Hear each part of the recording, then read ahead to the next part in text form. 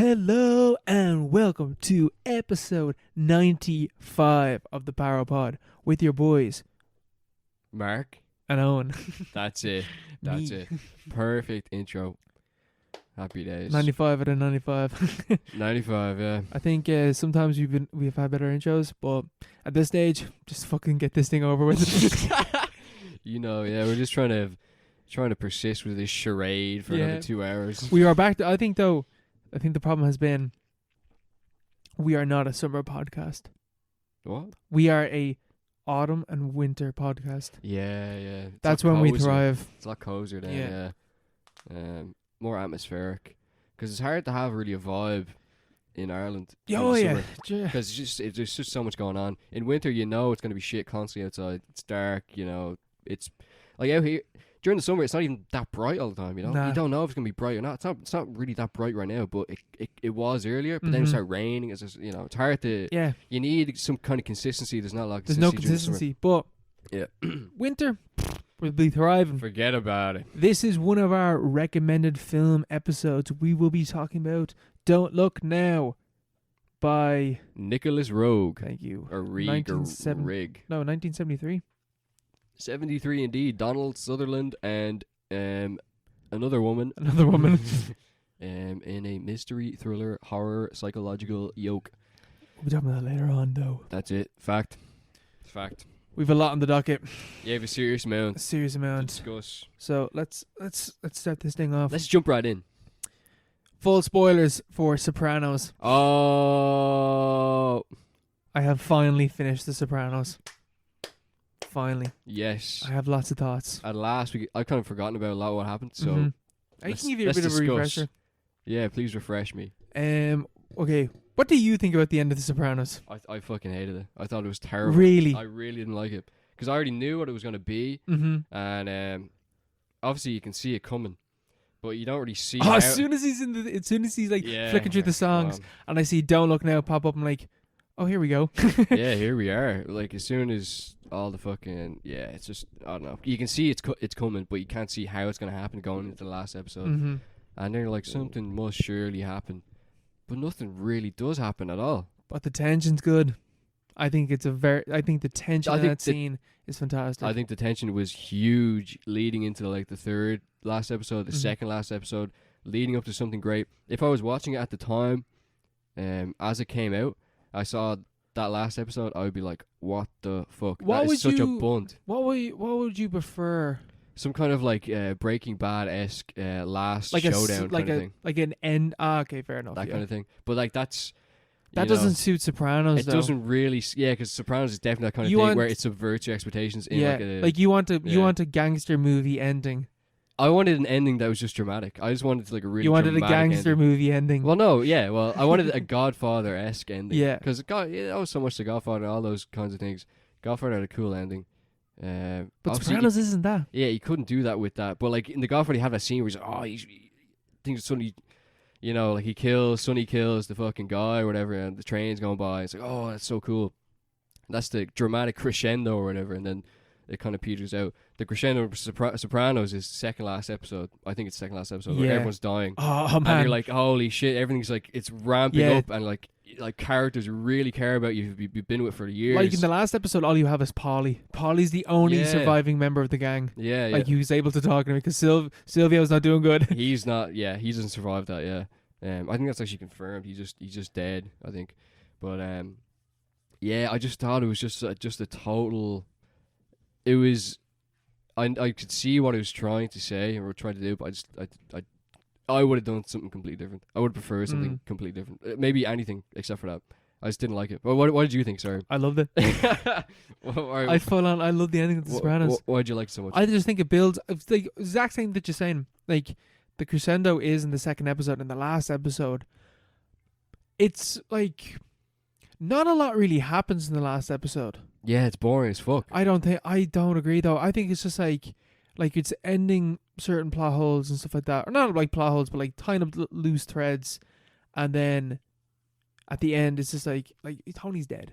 He's dead. Yeah, no, he does die. He does die. I don't even think that's debatable. But we don't get to I don't mind though we don't get to see that because the tension is the only thing that I don't like about the ending is that it actually does it ends on a cut of Tony and the words like "Don't stop," Yeah, and that's the cut. It's so Like it's it's not really like it is kind of the Sopranos fault because I think it would have been a bad like that's a bad. I don't like that cut regardless, but I especially don't like it because Glee is a thing. yeah, And it reminds me of Glee, like how Well, an that's- episode of Glee would have ended. That's after Sopranos. To be fair, I know, it is cheesy, but it's it so is- Cheese. it's yeah. I don't like that cut, but everything before that cut, I love. I like the tension. I like the episode as a whole, but I don't, especially because like that second episode, like second last episode, Jesus, the amount of people like everyone's dead. Bobby was the hit killer. Oh, Bobby man. hurt me. He hurt me. His death. That really hurt. And even the scene with Junior, and just being Mm. like, oh, Junior is just like, He's not there. He's just not there. Yeah, yeah. I just thought it was such a great second last episode. They even could have maybe even left it like a modified version of the second last episode. But like the last one just feels like they're meandering around for no reason. Nothing's established. It's just kind of like, Well, of course, nothing's established. They're not established. They're ending things. Yeah, but they're not kind of. There's no like clear. Because I know Simon, what was his name? David Simon, who like wrote the series, like the showrunner and stuff. He directed the new film that came out last year. I think that's his name anyway. But No, wait, his name is not David Simon. What David Chase or something. I don't know.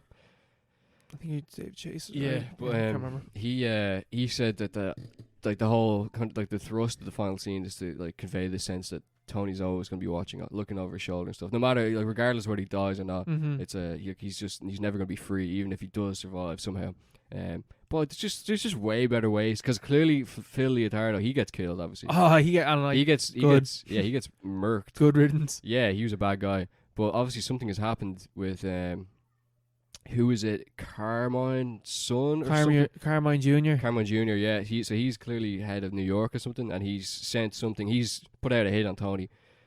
I think that's implied, isn't it? Even though there's like a handshake involved, just before that, but that's only because the Soprano crime family is in like a really weak position, so they're just everyone's dead. Like they're appealing for peace because they've no other option, and then obviously something happens. They put out a hit on Tony or something, but I think there's just a way better way to do that. I just think it was it's just badly executed. I think TV shows are always hard to finish though. Like I could have finished that better though. Well, like, for example, Breaking Bad. for example, Breaking Bad, like that's like the last few episodes, it's really ramping up the stakes. I really enjoyed it. I loved how it ended. I think Breaking Bad is maybe my favorite ending of a TV show of all time. Yeah, but I also can see some people. There's like a small minority of people who don't like how it ended, and that's kind of was. I think there's a big enough Yeah, voice there because it seems it's kind of out of sync with the series in a way. like it does. Yeah. It ties up a bit too tight. Yeah. Because there was an original ending with the Breaking Bad final episode where you're panning up from Walter, like after he's in the lab and he's on the ground or whatever, and you pan up and suddenly the cops come in and it cuts back and he's not there. Yeah. That would have been. I actually would have really liked that, especially at the time. But it would have. I would have hated that. I would have hated that. But that would have been way more in sync with the actual episode itself, because the episode itself isn't really in sync with the rest of the series, because it's so much kind of like a Last Stand, Pistolero kind of like proper Western, like it's really cliched kind of. Oh, and it's like great. Really trope. Yeah, it's great. I love it like that. But also I understand why people don't like it, because it doesn't fit with the series at all. And this way, I think something like that would have, maybe not to that full extent, but something similar that would just be kind of like a satisfying kind of like, this is it, fuck it. With Sopranos would have been cool, but I can't see why maybe they left it with the like, fuck, forget about it. I think it's exactly in tone with Sopranos. Yeah, I know, but I think to an extent that is annoying. I just found it annoying. I found it like this is not an ending, because an ending has to be different from the rest of the thing. Otherwise, it's not an ending, is it? It's just kind of like continuation or leaving. That makes no sense to me. I don't know. Has to. You have to put a marker down. This is the end of the thing. Okay, this is where it ends. Comparing it to another ending that I know that you hate. Okay. True Detective season 1. Yeah. Okay. So like, it's better than that. Yes. It is way better than that. It's not even close. Yeah. But like even like True Detective's ending isn't even bad. It's just so not what I want. Yeah. No, I think True Detective, I think True Detective is an actively bad ending. I think it's a bad ending. I think it's just, maybe it would fit in a different TV show, but it just does not. It would be a TV show that I wouldn't watch. Something that I wouldn't like. So I just did not like that. I thought NCIS. yeah. I thought it was an actively bad ending. I thought Sopranos ending wasn't. It's not a bad ending, but it's an ending. It was just meh, completely nothing. It might as well like have continued the show after it. I didn't feel there was any sense of closure or whatever. I can get with the closure stuff. Yeah, because there is a sense of like stuff is still happening in the world, like things like fair enough. Yeah, like I kind of want to see what else is going on in everyone else's life. yeah. Like after Tony, you know. Yeah. I do. But you like it. I can see where you're coming from, but I do just like the ending.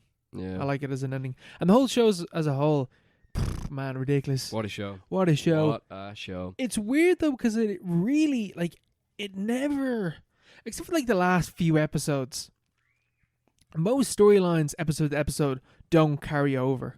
Yeah, they don't really kick off. Which is like not what I was expecting at all from The Sopranos. Because I'm so used to, Breaking Bad, Walking Dead, like none of those TV shows are episodic, but there's an episodic nature to Sopranos. Yeah. Like all of a sudden, like people just have kids that have never been established, and within that scene they're dead. Yeah. Yeah, and it's like the to the extent that there is like arcs and stuff, it's a lot of like the kind of legwork is done through like motifs. Yeah. Like slight foreshadowing and stuff, and just kind of like offhanded mentions, which are not kind of incidental to like an episodic story which is being told, like kind of apart from whatever is going on throughout the season. Like I wouldn't even be able to remember a lot of the episodes. There's so many characters that I don't remember. Yeah, like just certain stories that were told that I just don't remember because they weren't really picked up on again. Yeah. But yeah, it's a great show though. Oh no, it is great. Show. I was watching this YouTube video afterwards, investigating evil or something like that. And the YouTube channel, they just go through like evil characters in media or whatever, and just focus in on like why they're evil. And they had an hour-long episode on Tony Soprano. So I was like watching this. Yeah. And it's just like bringing up some of the crimes and like history of Tony's life and explaining things. I was like, I don't remember half of this shit. Like there's characters that they're showing, like I remember him now, seeing him, but God, he did not matter. Like, he was members of the crew in the first few seasons, season 1 and 2. Some of them die. I'm like, I don't remember that. Yeah. I like, vaguely remember. I completely forget that Junior had like a sidekick dude before Bobby. Did he? He did. I can't remember. Yeah, exactly. Well, Bobby was so iconic. Yeah, Bobby's way better. So iconic. Because the series gets better with each season. Nearly. Until about the fourth, I think. There's a direct tie between how much Bobby is in a season and how good that season is. Yeah. They had a really good knack for having like really hateable characters as well. Like Ralphie. Yeah, Ralphie, the uncle, Tony's uncle. Remember he was getting with Janice. Janice herself, horrific person. Oh, Janice. I hated Janice so much. I can't believe the Bobby. mom. The mom, yeah. Livia. Tony himself. Tony's a despicable character as well. He's nice. He loves the ducks. Yeah, but you're just like... He's sensitive. He's evil, though. He's evil. He's evil. Would you say he's evil? Oh, 100%. Well, all right. What's your final assessment of Tony Soprano? What do you think? Oh, he's likable, but he's evil. Evil? How's he evil? He's a fucking mob boss. How is he not? These things, they happen. They happen. Yeah. Yeah, maybe. I He's don't know. Bully. He is a bit of a bully. Oh, it's an hour-long episode. An hour-long YouTube video on this, bro. Don't test me. He's pure evil. Yeah, I don't know. Remember the therapist? She was great. Oh, great character. Great character, yeah. So many great characters. Like AJ's character arc just makes so much sense. I hated AJ. Oh man, I hated him. And then him. I felt like, I think it's he has a kid. Remember? Yeah, so he weird. doesn't have a kid. He has a he has a stepson or whatever. Like not even a stepson. He's just a boyfriend of a woman that has a kid. Yeah, but he's like taking the kid under his wing. And yeah, stuff. But I hated him. He never grew up. Nah, but when he never aged. Like when he tries to kill himself. Wait, when was that? In the last, I think it's third last episode or second last episode. He he grabs a rock, he ties his feet, he chucks it into the pool and puts a plastic bag over his head, and then he fails to do it because he starts panicking and he takes the thing off. And Tony jumps in. And Tony jumps in. Yeah, I remember that. Yeah. But like, and then that afterwards where AJ is bawling his eyes out, and Tony first he gets so angry at him, and then like immediately just starts like coddling him, holding him. That happens in that episode. And I'm fairly certain, like, another major character, like, full on dies in the same, like, half-hour spans. Like that third last episode, I needed a break afterwards. It's so, like, man, just fantastic drama. But AJ's story, like, makes so much sense. Like, he's a fucking loser the entire way through. Yeah. And then just, like, in the last season, when he starts doing a course, and he starts learning about like English literature, and he starts to get depressed. Jesus, it's heavy. yeah. But I never liked him anyway though. But you know who was great? What's his sister? What's her name? Janice. No, his AJ's sister. Oh, no, not Carmela. Yeah, what's her name? Yeah, it's in Carmela. That's not Carmela. It's I forgot her name anyway. But she was a great character. No, we're not moving on to remember her name. I don't know her name. AJ, Tony, Carmela. I would know. There's an F coming out of my mouth, but that's not right. Or no, there is an F. Fidelma? Meadow, sorry. Meadow. No, way off. Meadow. Meadow, yeah. Meadow's great. I would have never gotten Meadow. No, never. But that was an F, bro. Yeah, she was great, though.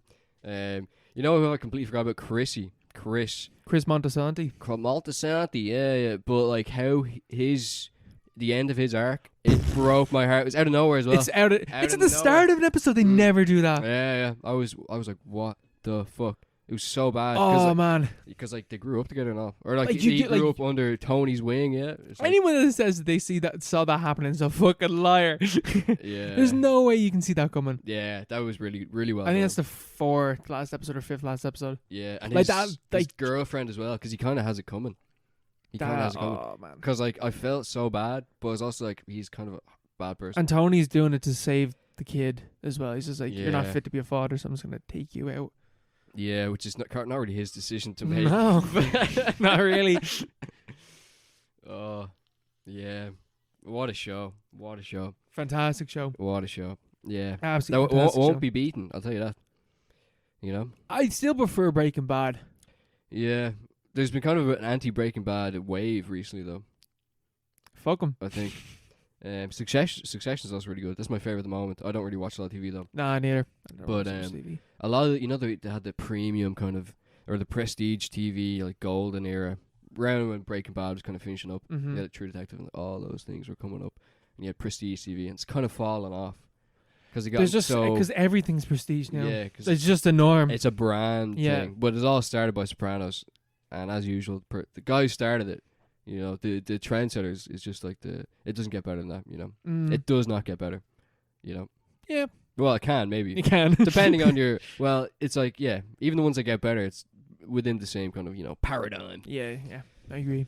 Yeah. One of the best TV shows ever made. Absolutely. And it's so long. 86 episodes. What an opening. Oh, my God. Oh, yeah. My God. Oh, man, it's banging. I might start watching it again. Yeah, just for the opening. Yeah. It's one of those openers that you don't skip. Don't skip. You don't skip. No skips. Way. This album has no skips. Yeah. Yeah. What else did I... Actually, no, just very quickly. Just on things ending, by the way. Everything in my life ended in the past week, basically. I've been playing Red Dead Redemption 2. I got to the end of that, and it became one of my favorite stories. Just the way it's told. Oh, so good. Love Island is fucking over. Oh, no. Who won? Ekansu and Davide. Who? Ekansu and Davide. Never heard of them. Kings and Queens. Okay. Thank fuck they won. Thank fuck. And then Sopranos ended on the same weekend. I was like, fuck this. It's an omen. Yeah. It's not looking good, bruv.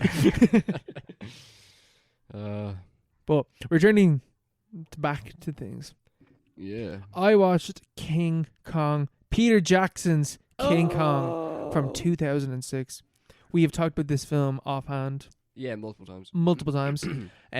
But I'd never seen it outside of that first time I saw it in cinemas. Yeah, so what, like Never seen it. 17 years ago? Something like that. Yeah, 16 years ago. 2006. So yeah, Yeah, Jesus. 16 years ago. Mental. Little Owen was 7 years old watching this film.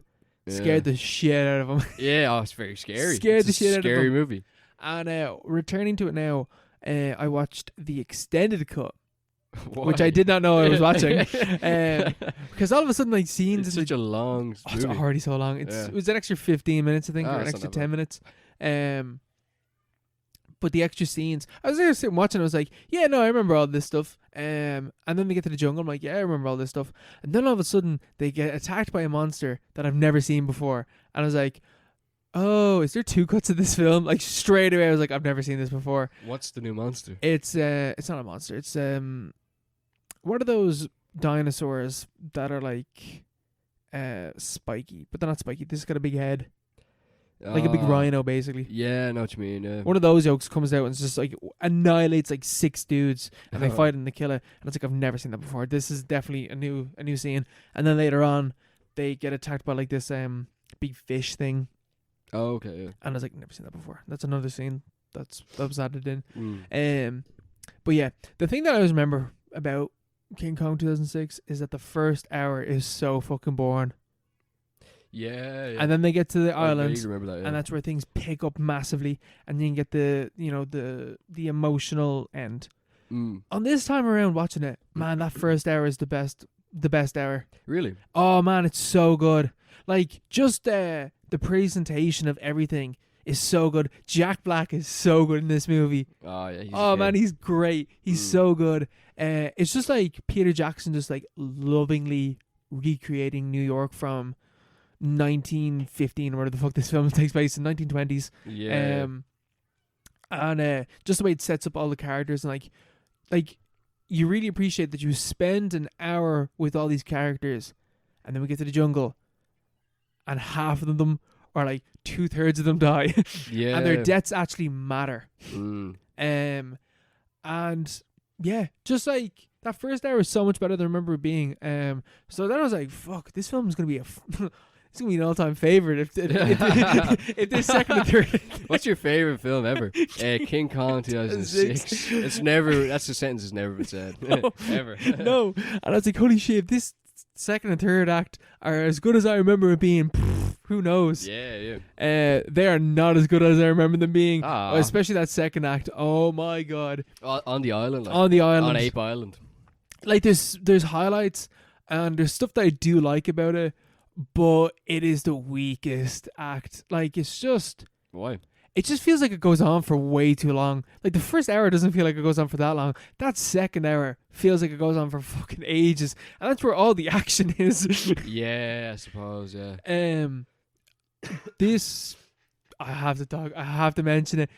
Do you remember, right, because one of the key horror scenes from this film that I remember is when they get to the island and the natives attack them. Yes. So, and they have the Kit Kat. Yeah. Oh, I remember that Kit Kat. It's burned into the back of my head, back of my eyes. I haven't seen this film. Oh, it's just like mad racist or something. Oh man. Ah, sure it is. It was 2006. The way, oh Jesus, because like I watched Lord of the Rings this year as well. Yeah. So I'm watching it and I'm like, this reminds me of something. Like, the way that these characters are being like shot and depicted, it reminds you of something. And one of my mates, Robert, wrote in his review on Letterboxd for King Kong that Peter Jackson shoots the natives like they're the orcs from Lord of the Rings. And I was like, holy shit, that's exactly what he did. Like, they do not look human at all. And like, I remember being so afraid. It's their so eyes, intense. Like the skin and stuff. Like they're all wrinkly. It's because they don't look human is why it's so scary. They have loads of makeup on, yeah. And their eyes. I remember their eyes. I was like, oh my god. I couldn't look. I could not look. It's like, it was the 12A film. that was a terrifying scene. That 12A. That was a terrifying scene. I'm sitting there. I'm like, oh my god, that's what he's done. I'm like, all right, fair enough. Okay. Not to say I get it, but the idea that it's Skull Island and Skull Island is like this like inhuman, forgotten land that's just gonna murk you as soon as you walk into it. But like like everything on the island doesn't exist. Native people living on islands does exist. Yeah. And like it is just it's just like the It's a lens bit isn't good. sensitive. But like, how could you do it? Like, you get in there, like, what's up? You know. You don't even need them. Like just have Kong just rock in and just grab Naomi Watts and just peg it, and they're like, shit, we have to chase a big monkey through the jungle. Yeah. Like they don't. Well, the natives, to be fair, they do add. Because that is that's what I remember mainly from the thing. Maybe it isn't done very well. Oh no, you're watching it now and you're just like, it's just pure orcs. race. It's just orcs. Like that, and like I'm pretty sure like some of these actors could have been the orcs. Like there's a dude in this that I like. I think I've seen you before, like in a Peter Jackson film, and it had to have been in as an orc because like just as he has a very distinct face. Yeah. It's also blackface. Like they're all white people. I'm pretty sure in blackface. Are they? Yeah. I don't know. Are they? They do not have like phenotypes that maybe they are like maybe they're like Latin American people maybe, but they look whiter than that. And even still, like even if it is Latin Americans, they're still doing blackface. Oh yeah, it's not like there's no that rule doesn't change. Yeah, like they are painted black. Yeah, I just remember them being really black, but also just looking like aliens. And then they're about to behead that guy. They have his head on like the stump. They're just gonna crack him in the head with a cricket bat, essentially, with spikes. Yeah. Oh, that's such a terrifying scene. I think you need that scene. But it maybe sets the tone. Done better, It sets the tone. It could have just been a bit more, less racist. Yeah. And the other key scene that I remember from this film being horrifying is when they fall into the pit. And there's all the bugs. Oh, no. Yeah. Andy Serkis getting eaten by the worm. It's like, ooh! That still is absolutely chilling. Like, there's imagery in that that literally gave me goosebumps because I fucking hate bugs. I don't know. I don't like bugs, but like the idea of a bug being really big is really scary. And Andy Serkis getting eaten by those worms, like that is still ingrained in my mind. Yeah. Like I saw that right now. I could see, like when I was watching, it's like I'm reliving a nightmare. Yeah. It's horrible. And like it's somewhat, it kind of reminds me in a sense to remember I was talking about Berserk and the eclipse scene where like just everyone fucking dies because they're getting eaten by monsters. It reminds me of that a little bit. Yeah. Like just like overwhelming odds, and if no one's there to save you, like you're fucked and you're dead. Like you cannot survive this. It's pure despair is what it is. That's not good. And that's horror, pure horror. But then they get saved. Yeah, some of them. Imagine being the guy who doesn't get saved. Oh, there's a good few of them that didn't. Yeah. A good few of them that didn't. 3 of them survived. Imagine getting eaten by a worm. I would. Oh man. Andy Serkis dies twice in this film because he plays King Kong. Oh yeah, she does. Yeah. Yeah, this is where it all began. I feel this film has to be like underrated. It's never talked about, but it's a great horror take. Yeah, story, man, like it? some of the stuff. It's like horrifying imagery. Yeah. It is like underrated, I do think, because the film always getting trashed. Yeah, it's not that bad. Never talked about. It's really not that bad. It's actually pretty good. It's pretty good, and there's still like some fight scenes and just like the tone. Like Skull Island is absolutely fucking relentless. Every scene that you cut to of the crew, like 2 or 3 people die. Every single time you cut to them, and that's only exacerbated by the extended cut because there's more scenes of them getting fucked up. Yeah. And then just the stuff with Kong, like that fight scene with the 3 T-Rexes. I'm really pretty certain. Like he kills 2 of them, and then you're like, okay, there's 1 left, and then another one shows up. I'm pretty sure. Like it shows 3. It sets up the fight like it's 3, but I actually think he kills 4 the big dinosaur T-Rexes in that. But that fight scene is still good. It still slaps. He's ripping open the thing. Like it looks really good. It looks well in my head. It does. Anyway. It's still like the actual special effects and stuff like that look good. Yeah. Not when there's a human in it though. Yeah, I can see that. Like the scene where they're running through the chasm and they're getting chased by the. And they're under the. There's like raptors chasing them, and then on top of that is like, I can't remember the name of any dinosaurs. The big long neck one. The big long neck one, just like they were just charging through this ravine basically. it's that looks like shit. Yeah, That looks so bad. I'd say it does. Yeah. That's quite a complicated shot. Yeah. And there's some stuff with Naomi Watts and King Kong. It just doesn't look great. To be fair, would you trust a major studio to get that right today? I don't think you would. Oh, after the past few fucking Marvel films, absolutely not. Yeah. It's absolute scandals happening these days, you know? Yeah, no, no, a Marvel film would look like ass. Look even worse, probably. Yeah. But yeah, the second act is grand. All the stuff with like Naomi Watts and King Kong is actually a lot sweeter than I remember it being as well. And then the third act is just like, oh man, it's so sad. Yeah, the big monkey dies. Oh, poor Kong. And the ice skating scene is very nice. Yeah, just decent. It is like way too long though. Yeah, I'd say It's so. way too long. Because there's only like that doesn't. How long is that third act?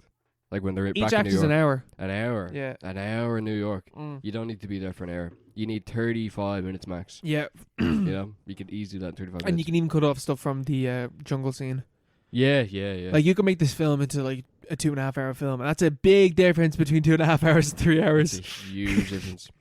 I remember being really confused when I was younger because you know the way he says Jack Black says beauty killed the beast. Still, I do, like I was talking about this I have with a no film idea club, what that meant. and people were giving like their thoughts on it, and I was like, oh, it makes so much sense now. But I watched the film twice. Like I have no idea what that quote means. Yeah. Like literally, no, beauty killed the beast. No, he didn't.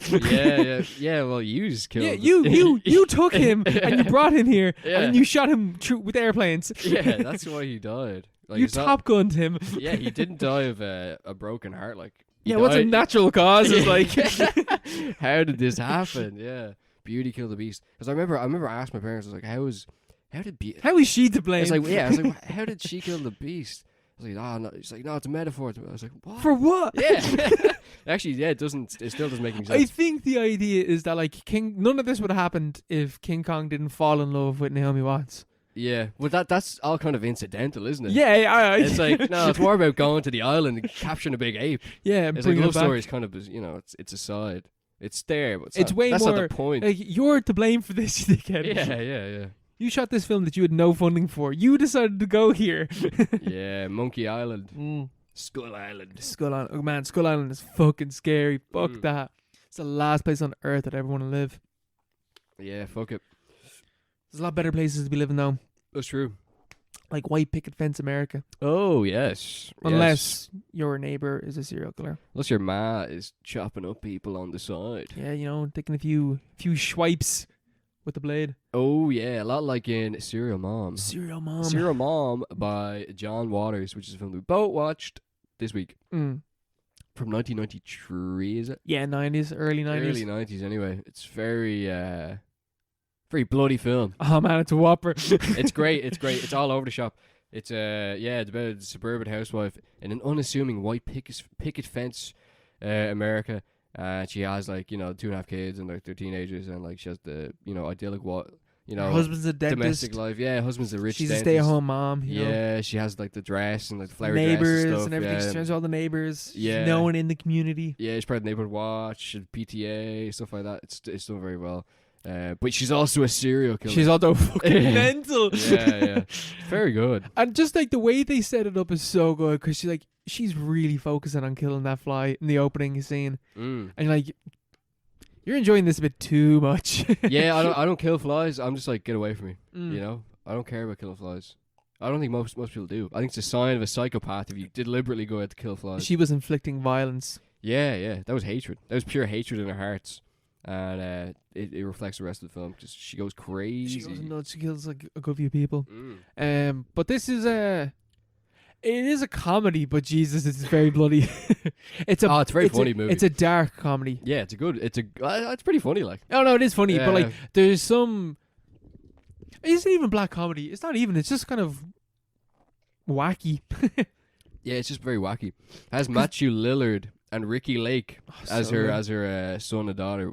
Very, very good. Young versions of them. Oh, Matthew Lillard looking fine as fuck in this my film, God, isn't yeah, he? Yeah. It kind of looks a bit like Goofy around the 2000s era, Yeah. Scooby-Doo era. Yeah. Back here, he's clearly breaking onto the scene. He's clearly trying to put out a good impression. He looks really good.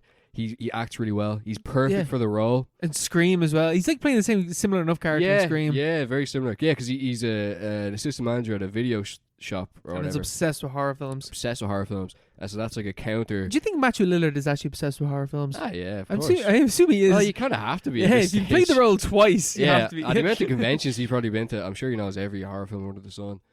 But he's kind of the foil to the Ma, because the Ma is obviously the prototypical or archetypal like suburban housewife, and he is the heretical son, like the Bart Simpson kind of character, you know. And they play that foil, and it's like how it kind of, it's John Waters. Oh yeah, going crazy. It's like kind of how the other is within the self and all this stuff. And like it goes to some absurd lengths with it as well. Ah, yeah. Like Serial Mom just pulls a Charles Manson on it and just defends herself in court. Yeah, and absolutely annihilates them. Yeah, that was like a real John. That's how you know, because the film doesn't feel or like look really like a John Waters film at all. But then you have that. Yeah, she gets caught. And she's identified as a serial killer, and she's caught, and she's arrested, and she's brought up in court, and she defends herself, and but she fully gets away with it. And you're like, and is beloved because she's a serial killer, and she's just slagging the people and her victims and stuff. It's all commentary, like yeah. You're like, this is a very John Waters. It's so on the nose. Yeah. Even like just how like Serial Mom engages with serial killer history or whatever that's in it. It's kind of like that thing that we're talking about where so many people just love true crime at the moment. Yeah. It is. Like, she's a true crime fanatic in the worst possible way. Yeah. True crime. What a weird genre, you know? She's not even true crime. She's just straight up into serial killers, which a lot of people are. Yeah. Whenever people talk about true crime, no one talks about robberies. No one's talking about robberies or like bank heists or any of that bullshit. Yeah. Pickpockets. It's all about serial killers. It's all about mass murders and gore. Yeah, I keep seeing them on. To be fair, I actually watch some of those things. I keep getting recommended them on YouTube, and they're getting more and more kind of like exploitative.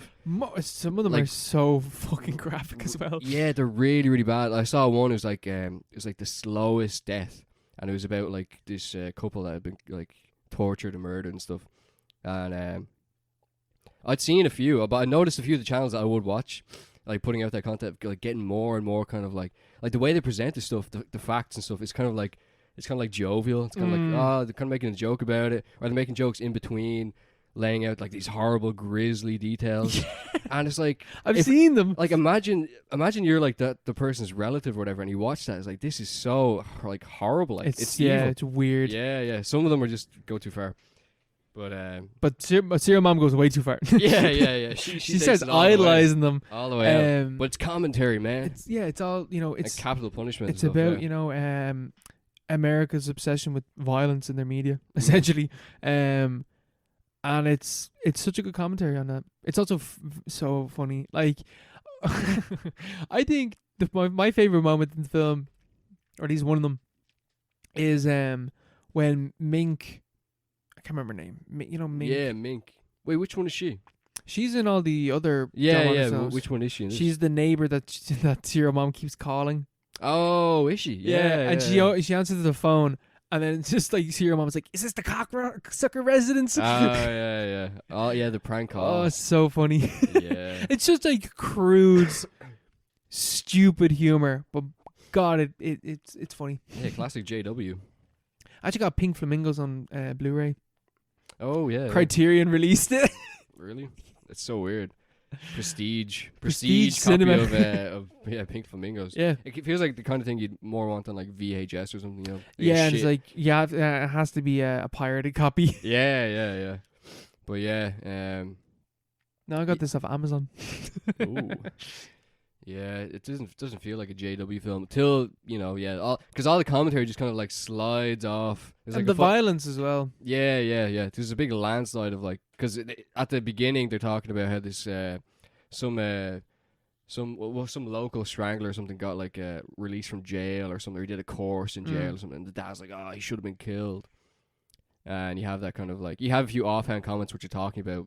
Oh, like we should execute him. Like this like weird thing about justice in with like the death penalty. Mm. It's like vindictive. Yeah, it's a bit bad out.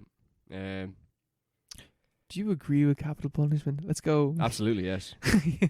Yeah, why not? Yeah, No. Only in wartime. But obviously that doesn't apply. I think there's like certain crimes that you're just like, yeah, death penalty. But like, yeah, well, I that's feel like there's a threshold that must be met. Yeah, but it's hard to, isn't it hard to legislate for that kind of thing? You know.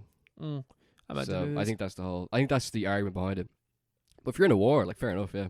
Yeah, go for it. Yeah, Get go. those war criminals. People are getting killed anyway. But yeah, and this is all about, because obviously America has a huge problem with that, where they actually just kill people for like murders. If it's just a once-off murder, you shouldn't kill. You know. Yeah. Unless it's really aggravated. Yeah. Unless it's like, But even then, you can't be fully sure, so it's still kind of bad. But yeah, hot take. Hot take. We're coming out against the death penalty on the Parapod. Not too sure about it. Yeah. Certain cases, yeah, but a lot of cases, no. Most cases, no. Kind of give or take. There's certain exceptions to the rule. Yeah. But yeah, and then at the end when they're at the trial, it's her just kind of like countering all that, like kind of that suburban middle class ideology where it's like where these people are like feasting for blood constantly. Oh, they want to watch her cook. Yeah. But they like some of them want to watch her cook, and then others, like the overwhelming majority, are in support of her because she's basically a celebrity as a serial killer. Yeah. Like everyone's like, yes, serial mom in the court and stuff like that. Yeah, because she's roasting them. Because she's playing into the whole fascination with violence and in the popular imagination, all that, and she's kind of like a vigilante as well, but like a low level kind of like. Yeah, because she kills one annoying neighbor. yeah, people who like slightly inconvenience her and she kills them. So it's all like a very, very ironic commentary on American media and violence and things like that. I imagine anyway. But yeah, it's a good one. It's a good one. It's probably my favorite JW film. I think it is my favorite John Waters. It's one that I would actually watch with someone else. Yeah, it's one that you can like Pink show Flamingos, people. I wouldn't stick that on with Orla. Multiple Maniacs, no. Yeah. What's the other ones that I've seen? Sesame Demented is like too confusing. Yeah, it's like, what the fuck is this film going for? Yeah. What the fuck? This was Polstry. What? Polstry, is that? I've actually never Polstry. Yeah. Polstry. I remember you. Polyester. Yeah. Polyester. No. What's that other one? Me Bad Girls. What the fuck is that one called? What? The one where it's just like, I don't wear cha-cha shoes. Or I don't like cha-cha shoes. Nice girls don't wear cha-cha shoes. Femme Trouble. Is it? Female Trouble. Oh yeah, Femme Fatale. Femme Fatale. Is it Femme Fatale? No, it's something Trouble. Yeah.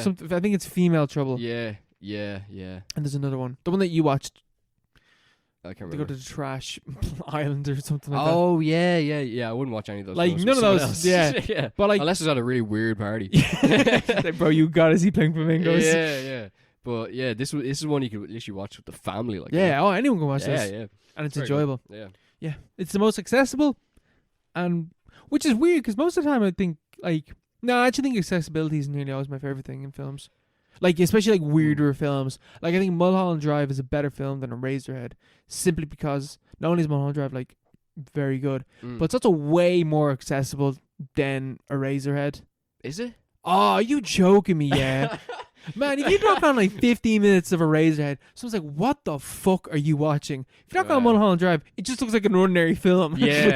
It's if the person's walking past, if they stop and wait for like 5 minutes, like, what the fuck is happening in this film? It's much more palatable. It just looks more like... Yeah, it looks more like a movie. It looks like a standard movie, yeah. And it's therefore more accessible. Like, other John Waters films don't look like movies. They look like fucking snuff films.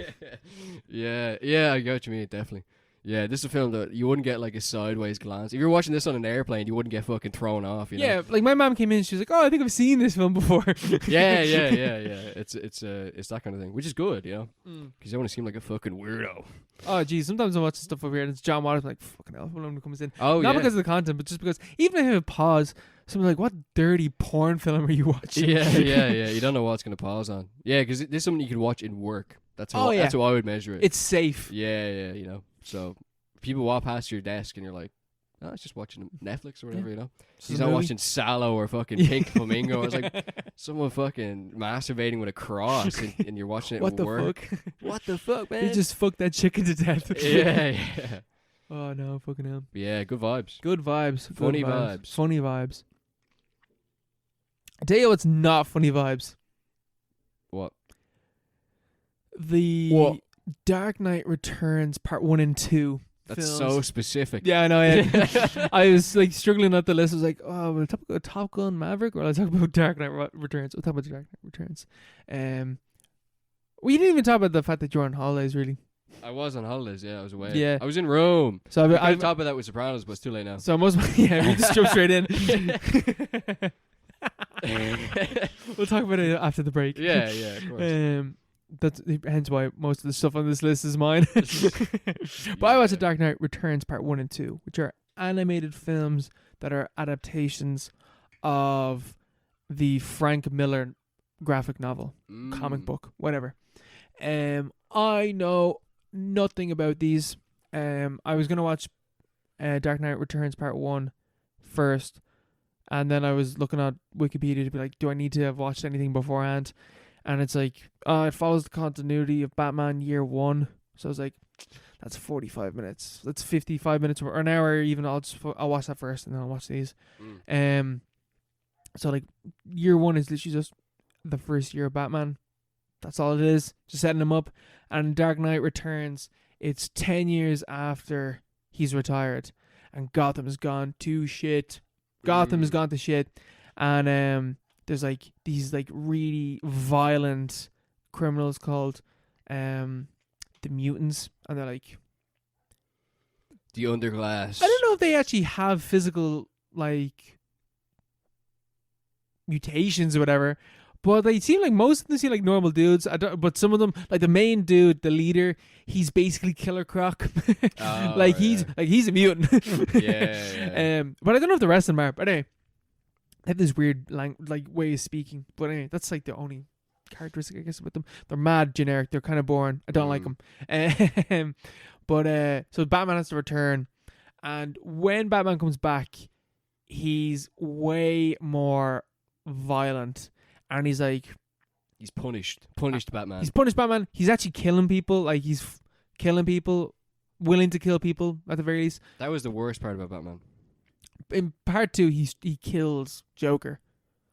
Oh, that's mad. Like he full on kills him. Like that dude is dead. Yeah, see, what's the point of being a vigilante if you're not going to operate outside the law? That's his code, isn't it? He hands him over to the cops, who then like put him into fucking federal penitentiary, gets executed there. You know? It's like, well, just kill system. Yeah, kill them. It's a system. No blood on his hands. Yeah. But it's like part 1 and part 2. They're decent. Part 1 is much better than part 2, simply because it's just the imagery and the vibe, and like Batman is fucking huge. He's a fridge in this film. He's massive, and he absolutely wails on dudes. Like he beats the shit out of them. Is this the one where Superman shows up? Yeah, Superman shows up in part 2. Yeah. I see. Like Robin is dead in this one as well. Like the events of Death of the Family has happened. I think that's what it's called. And like Batman is dark in this film. Like this is like the most this is a dark Batman, which we talk about all the time. But he's always dark, he's really beaten. Like you do not want to walk into this Batman like committing a crime. Yeah. He will fuck you up, which like most Batmans do, but this dude's gonna leave you like paraplegic. And so you know, there's commentary, very explicit commentary on the politics of Batman throughout these films. Oh, cool. Finally. Oh, wait. But it's it's really fascist. It's really fascist. Okay. Like in what sense? In the sense that anyone that's opposed to Batman gives these like calls him a fascist and like say the negative things about him, but they're all portrayed as naive college students or rich people that are completely out of touch and aren't part of like the common man. Because the common man is really in support of what Batman's doing. Like they really go into it. Like they like there's debates, like short debates about Batman, and all the arguments against him like are just so on the nose of being like against that idea. Like the other part of it is just like, yeah, he is like straight up killing people and he's no accountability and he can do whatever he wants and like there's no due process and like he is judge, jury and executioner. But he is really cool. Well, they're not wrong, like. And it's just, I didn't know this. Apparently the writer Frank Miller, oh boy, he went off the fucking deep end. Yeah, I've heard that briefly before. He went off the deep end. He was a great writer though, wasn't he? But had some dodgy politics. And I'd never read about that now, but.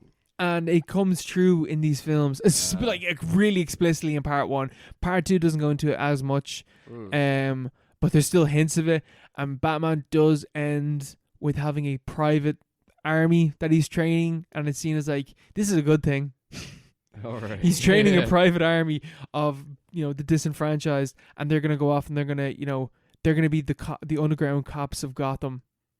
Yeah, I don't know. And this is a good thing. I don't know. So yeah, they're actually pretty decent. But they just have, like, when we were talking about Christopher Nolan and we're like, oh god, like the politics in those films are, not the best. They're kind of dodged. Like, they're mad neoliberalists, basically. Yeah. But this is even further right than that. And it's like, it's so on the nose about it. Yeah, I just seen there, he's a libertarian or something. But he came out against the Occupy Wall Street protest. It's like, who comes out against that? Everyone was pro that. Apparently even Obama was like, yeah, fair enough. Bro, apparently he wanted to write one. He wanted to write a comic book with Batman taking on Al Qaeda. And DC were like, not too sure about that one, bro. Think we're gonna have to not do that. Yeah. How would he do that? So he just made it anyway and just switched the characters. Oh, did he? With different, like, just gave them very clear characteristics, so you could be like, this dude's basically Batman. He got really weird after 9/11 apparently. Batman versus ISIS. Yeah, that would be cool. Yeah, the ultimate showdown. Batman v ISIS. So like, just like the just dodgy politics in these films. It's so, and it's like, it's a thing that I thought, like, when I Christopher Nolan films, it's like, they're like really weirdly pro-capitalist in like a lot of different ways. But like in an honest way. In an honest way. Like, fair, in a way that's like kind of palatable. That makes sense for the character. Yeah. Like, it makes sense. But in this one, it is just like, it's really explicit. Like, way more explicit than like Bane like having a point and then just having the most ludicrous solution. I'm going to New Gotham. It's for no reason. Like, in this film, it's like Batman is... And Batman fights people that dress as Nazis as well in this film. At certain points, it's like, no, he's the good guy. He's not like these. Sorry. He's not like these. He's like, he's the good type of right wing authoritarianism. Yeah. It sounds kind of cool though. Yeah, I mean, it's a decent Batman story. Yeah. Just ignored the subtext. Yeah, I guess. Subtext. Sure. Look. We all want our own private army, meting out justice without accountability. Man, I'm telling you, I'd be a good dictator, I promise. Oh, yeah. I would, definitely. Not like the others. I would be great. I'd be different. Yeah, I'd be totally different. Just give me a private army. I'll be different. I just want a private army, bro. Yeah, He's radicalizing the proletariat, man. Read it in a different way. Mm-hmm. Yeah, he's like combo in fucking This Is England. Yeah. Yeah, that'd be a good crossover. Oh, yeah, fucking hell. This was kind of like the basis for loads of the... like Dark Knight Rises and Batman versus Superman. Oh, it's sure. Like this is like the original comic is hugely influential. It's maybe it is the first like dark Batman story or something like that. Yeah. Or like just the idea of like I think it punished is. Batman. Yeah. I think, but they never really went all out with that, did they? In any of the iterations that we've seen, like we have dark Batman, we don't have Batman who's like proper like He's always he straight up murders people in these films. Yeah. There's a bit, man. This is another example of like the really weird pro police kind of take in the film. Is Batman takes on like an army of mutants in the Batmobile and is shooting them with rubber bullets. But like the way the rubber bullets work is that you have to aim at the ground. That is the entire point of them. Yeah. and then they just bounce up and they hit someone. He's just shooting them point blank range With rubber bullets. with rubber bullets. Yeah. And it's just like, and they're big old fucking bullets. They're rubber bullets. Oh yeah. And it's just like the super mutant dude is just like, rubber bullets, so you're not killing them. But it's like, that would kill them. He's hitting them square in the face with these things. Yeah. And the film's like, no, if it's rubber bullets, it's fine. Yeah. Sure. That was the point. You know who invented rubber bullets? The Brits in Northern Ireland. They invented it then to kill people. But like, not really. Batman, Wipe my Batman's hands like, Yeah. the rubber. Look The at rubber, them. that's fine. It's just bouncing off them. The rubber. It's bouncing off them really hard, but it's bouncing off them. Yeah. It's bouncing off their insides after it penetrates their dead corpse. Like, did it bounce off the back of his skull after going through his eye? Yes, but it still bounced off him. Non-lethal. Yeah, non-lethal. Whole fucking hell. Will we go for a break? Let's go. So, Mark, you were away. I guess. I was away. I guess the intro is now. I was too excited to talk about Sopranos. Yeah, let's start again. I was away. This is episode 95 of the Paropod. Welcome with your host, Mark. How was your week? It was pretty good. I was away in Rome, as some people might know. I was in Rome. It was very nice. Very, very, very hot. I've been before, so I'd seen everything that we saw, but this time I saw it with new eyes because I was older and I could do what I want. And new glasses this time, probably. Yeah. my vision wasn't great back then. I just have the pictures. But yeah, it's so nice. Really nice place. I had a great time. I went to the Colosseum. I went to the Vatican. I went to all those, kind of Hit side all the stops. hotspots. Yeah, we did a 4-hour tour of the Colosseum and the Roman Forum, which are right beside each other. Any use? It's really, really good. Well, Yeah. the tour we did, as usually I wouldn't do tours. But when in Rome? When in Rome, do as the Romans do, which they told me to do a tour. No, Orla had booked a tour. So we did that just because, just to give some historical context, because I don't have a breeze. I don't know a lot about the history of Rome, really. Yeah, I would have, I learned a lot about Rome, and I have heard so much about Roman history. Don't really know that much though. Yeah, in France, when I was in Paris, you can see streets and there's certain things that you can see, and you'd know it straight off, what that refers to. Yeah. And you can feel the history and stuff. But I think it was just a gap in knowledge I didn't know a lot about. Because that's pre-Christian times, bro. It literally is. The Colosseum is where they fucking made fun of the Christians and they sent them out put them in front of the lions and stuff, and they turned it into a church and all this in the Middle Ages and stuff. Because there's all this crazy history which you don't hear about Rome. Because Rome wasn't really inhabited at all in the Middle Ages. It completely fucking fell apart. Yeah, it became a shithole. Yeah, it became an absolute shithole, and it only really glowed up in the 19th century. So that sweet Christianity came back. No, it was actually the Pope that kind of fucked it up. Really? Well, it was kind of nearly uninhabited for hundreds of years. And then the Pope came in. He's like, "This is my place. I'm gonna put all my stuff here." How did just very quickly, how did the place, Romans, they were the people that killed Jesus, right? Yeah. How did the place where they came from became the most Catholic place on earth? Or one of them anyway. I don't know. Well, how does that work? Because St. Paul. Mm-hmm. Oh, sorry, not St. Peter. Yeah. St. Peter's Basilica. He's buried. I saw him. I saw his fucking thing. He's the first pope, bro. His mausoleum. He's the first pope, isn't he? Yeah. I was 10 feet away from him. His corpse or whatever in the basilica. And that's another thing that's great about it. It applies to every European city though. Great history behind it, and they have great fucking structures and great preservation of that history. Yeah, St. Peter's Basilica is nearly 2,000 years old. I think. Well, it's at least over 1,000 years old. It's very, very old anyway, but it looks brand new. And there's so much history. It's fucking huge as well. Yeah. It's 200. It's 100 meters tall, 200 feet or something like that. But yes, I think St. Peter. He was originally from Palestine or whatever, wherever Jesus was from. Jerusalem, bro. Yeah, something like that. And he was mates with Jesus, I think, something like that. And he was. Peter. I think he was. Yeah. He's the first apostle, wasn't he?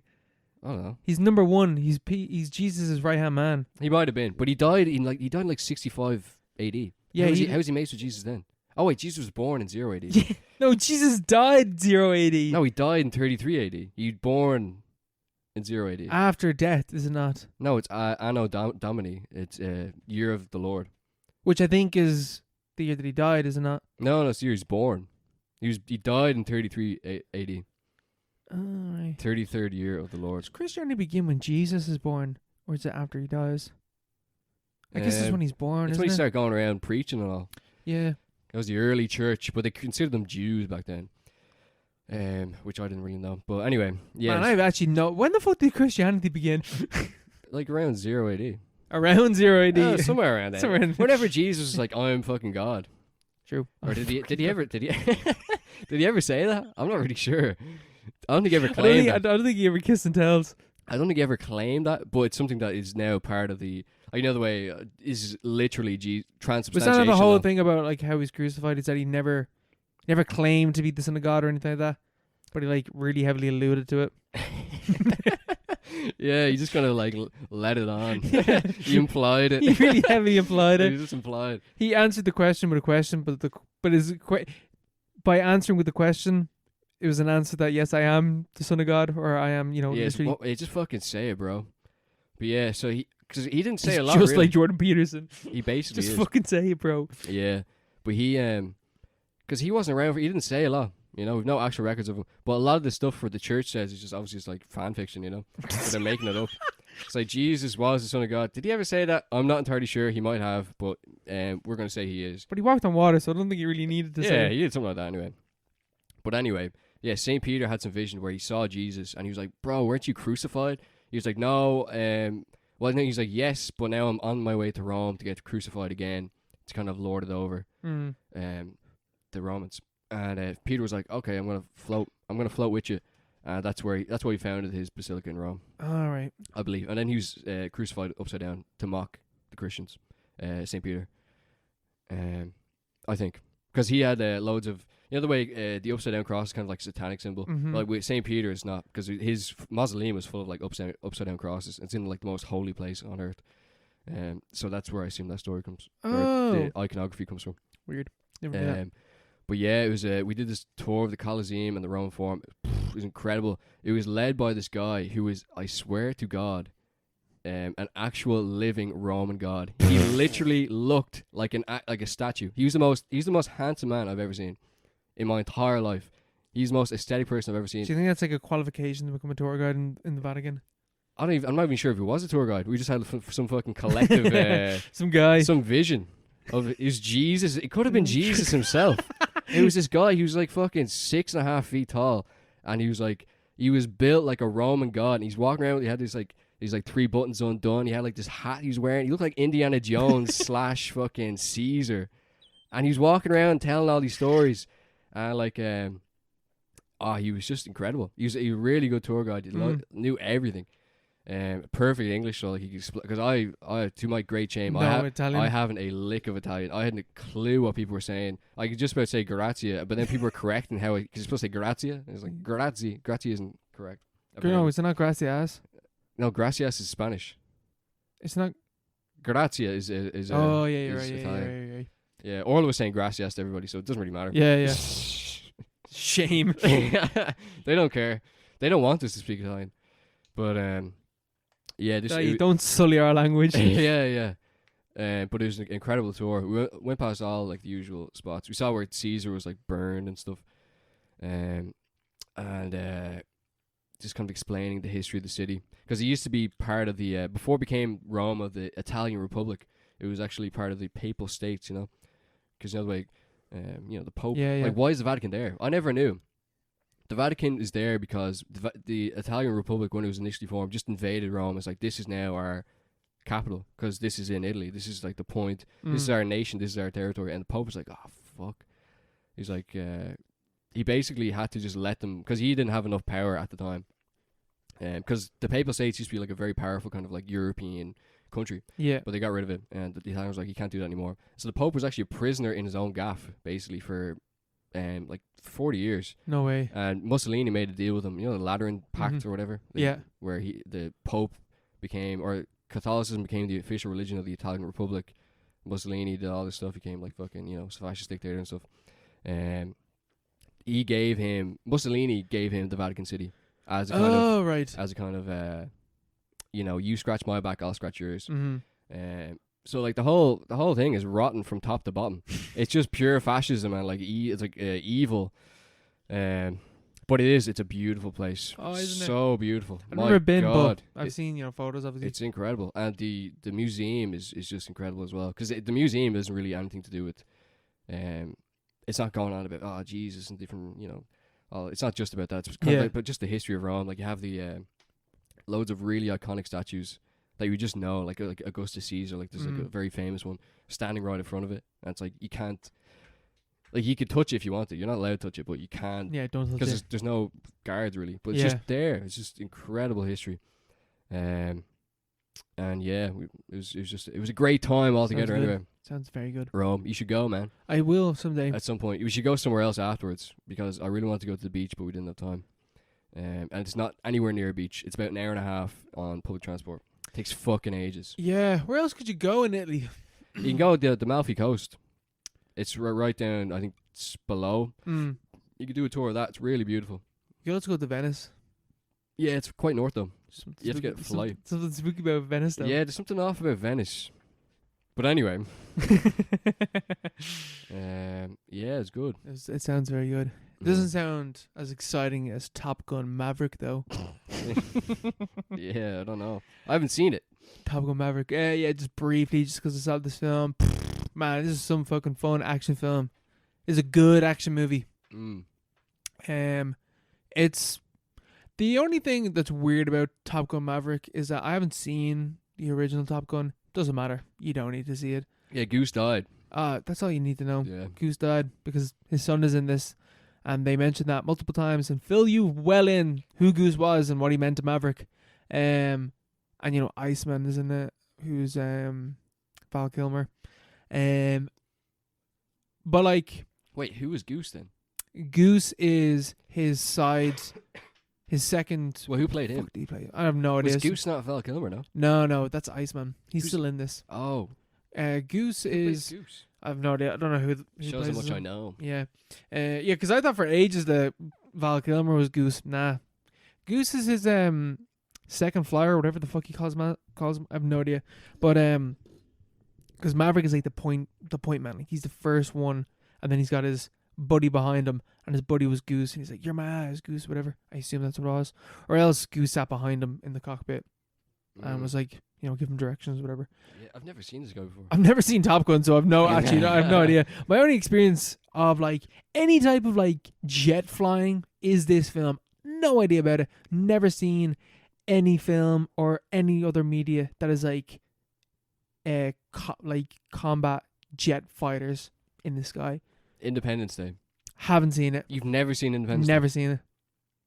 My God. Yeah. So, this was all brand new information to me as to how fast these fucking dudes are moving. Like, obviously, I'm like, yeah, they move fast. This film shows. Yeah, they move fast. Yeah, I get it. They're in a fighter jet, like they're moving fast. But this film, you're saying it out loud. Yeah, I get it. They move fast. Like 300 kilometers, whatever. How fast that really? But then this film's like, this is how fast they're moving. I'm like, boy howdy, they're moving fast.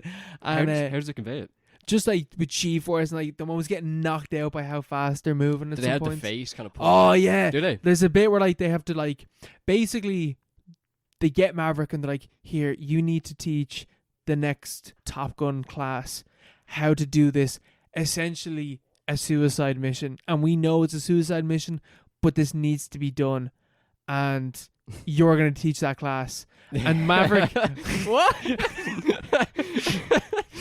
The Top Gun is like a fucking module. Yeah. Is it? No, it's like it's an elite, like like academy or whatever. An academy, yeah. And he has to. It's a suicide. It's a suicide mission. So he's getting like the top guns of Top Gun, basically the best fighter pilots in the world, and he's like, this is the mission. They give me the parameters that I had to finish the mission, but we're going to do that faster so that everyone can get out alive. Because if we do this quick enough, we can be in and out, and like we can survive this. It is possible. It's going to be hard, but it is possible. And so it's, he's teaching the class. He's trying to connect with them. It's not all going to plan or whatever. They're like, Maverick, you're off the case. You're done. You're off the case. You can't badge, gun, F-35 fighter. He literally, like, you're done. He hands in his badge and his gun and everything. Like, he's gone. Why does he have a gun? he's an army like man. falls down the window. He's a captain. He's a captain. He's high up, you know. He's not too, because they're like, oh, Maverick, you could have been higher. He's like, nah, I was born to do this. I'm a flyer. That's all I know how to do. Yeah, I live and breathe in the air. Isn't he like? Isn't there like a thing where he was they tried to get him off the planes, like a desk jockey kind of job? That's not in this film, but maybe. No? I have no idea. Is that not a thing? Was Nah. it like, why was he not promoted or anything? Because he kept refusing it. Yeah, I think that's He just doesn't want to do it. He just wants to stick. Because I think at a captain level, you're the highest in command, but you still get to fly. Yeah, that's what I mean. Yeah, So- they're trying to get him onto the ground. Yeah, they're to just trying do to fucking nothing. Yeah, Like, to do like they're trying to get him there. They want him, but they don't even want him there because he's a loose cannon, you know. You're off the case, man. And so like they're like, oh, so then the general or whatever of the base camp, it's like, all right, I'm gonna do the mission, and you're gonna do it in 4 minutes as opposed to 2 minutes, and they're like, that's not quick enough for us to get out though, and he's like, well, you're on your own at that stage, basically. Because they're like, it's impossible because they have never successfully done it. All right. And Maverick shows up. He's just like, what the fuck? There's some plane in the sky. What's going on? Who is it? And they're like, it's Maverick or whatever. Oh, and he's there fucking hauling ass. And he does the course. So he does it in one go and shows that it is possible to do it. So at that stage, I was like, why the fuck didn't they just get Maverick on this team to fucking begin with instead of fucking around for 2 weeks about like who's gonna do this? So Maverick ends up on the team to do the initial the fight, the heist essentially. It's basically a heist setup because like this is how we're gonna do it. You're gonna get to know all the characters. What do they need to do? They need to fly into, I think Iran. I think it is Iran. Fly into Iran. And fly through this like chasm, through rocks and shit, and then go up and then down into this like gorge essentially.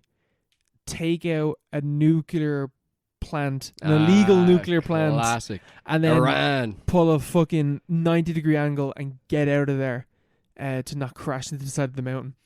So that's basically what they have to do. And yeah, man, there's mad propaganda in this film. Yeah, I see where that comes Honestly, in. It's like, what? Like, Iran, it's nuclear. It's a military on. film. Obviously, it's going to be propaganda. I saw people on Letterboxd being like, oh, it's blatant propaganda. It's like, yeah. Obviously. Top Gun was the main, like the kind of the originator where it became really obvious. Oh, come on. Like, because they need to, because they can't, the studio can't build a fucking F-35 whatever themselves. They need to lease it off to the American military. Yeah, it's about how cool being a Top Gun flyer, because it is fucking cool. It's intense, like it's so intense, and it's exhilarating when they like get it and maneuver. I've realized a guilty pleasure I have in films is when people are moving really quickly in a vehicle and people are shouting commands at each other and they're like smoothly pulling it off. Oh, love that shit. And this film has this shit. So much of it. Oh, so good. But yeah, mad propaganda. But like, obviously, it's a fucking war film. It's a Tom Cruise war film. What do you think this is gonna be? yeah. That's the thing. But Tom Cruise, you have to hand to him. What a great producer. What a great actor. Great action films. The greatest living action star. Fact. Which I didn't see coming, but yeah. Oh yeah. Oh, it's like that for years. For years. The 2010s was Tom Cruise being the best action star. Yeah, the guy is 60 years old now. Is he? He's 60 years old. Man, it's insane. I can't believe that, like, in his early career, he was not an action star. And then later in life, he's like, I'll just become a badass action star. Yeah. It is really strange. I'll do the reverse of what everyone else has tried to do. Yeah, he just leveled up when he got to about 40. It's a Scientology, man, I'm telling you. Yeah. But yeah, he just pumps them out. Like, every action film he's in, it's like, you're guaranteed it's going to be at least pretty good. At least watchable, Like, he has a few, like, Jack Reacher and stuff. It's not very good, but it's still watchable. Yeah. But like Mission Impossible, any franchise. Oh, they're just fucking insane. They're all as good as each other, and they're very good to watch. Yeah. As action movies. Yeah, and this is a good action film. Yeah. There's all this like throwback stuff to like his relationship in the first film or whatever with some. Is it confirmed? Some bird that he's gay. Nah. No. No, this dude's straight. That would have been hilarious. Straight as fuck. Like he goes back to.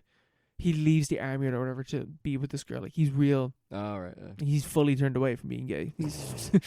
There's not a gay bone in this man's body except for maybe towards Miles Teller. Jesus, dude's looking good in this movie. Miles Teller. Yeah. But all that shit with his romantic involvement with this woman, whatever.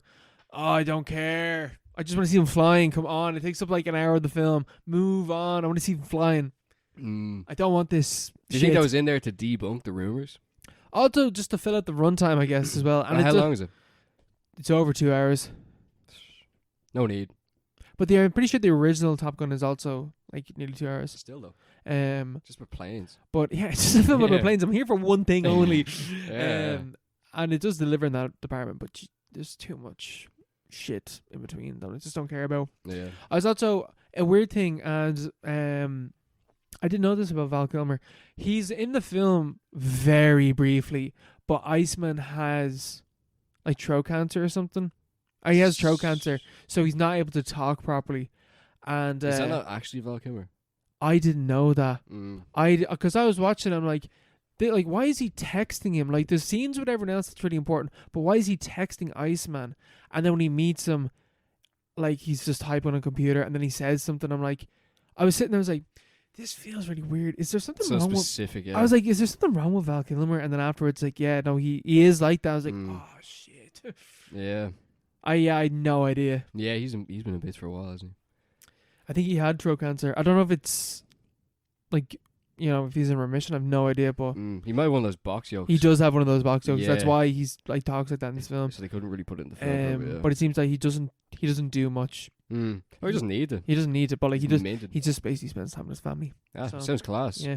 Better than Tom Cruise anyway. Although he could be, I don't know if he Yeah. You never know. Like I have no idea. with these people, they don't tell us. Yeah, I never know. Let me know. Although I don't keep up with celebrity gossip, so I have no idea.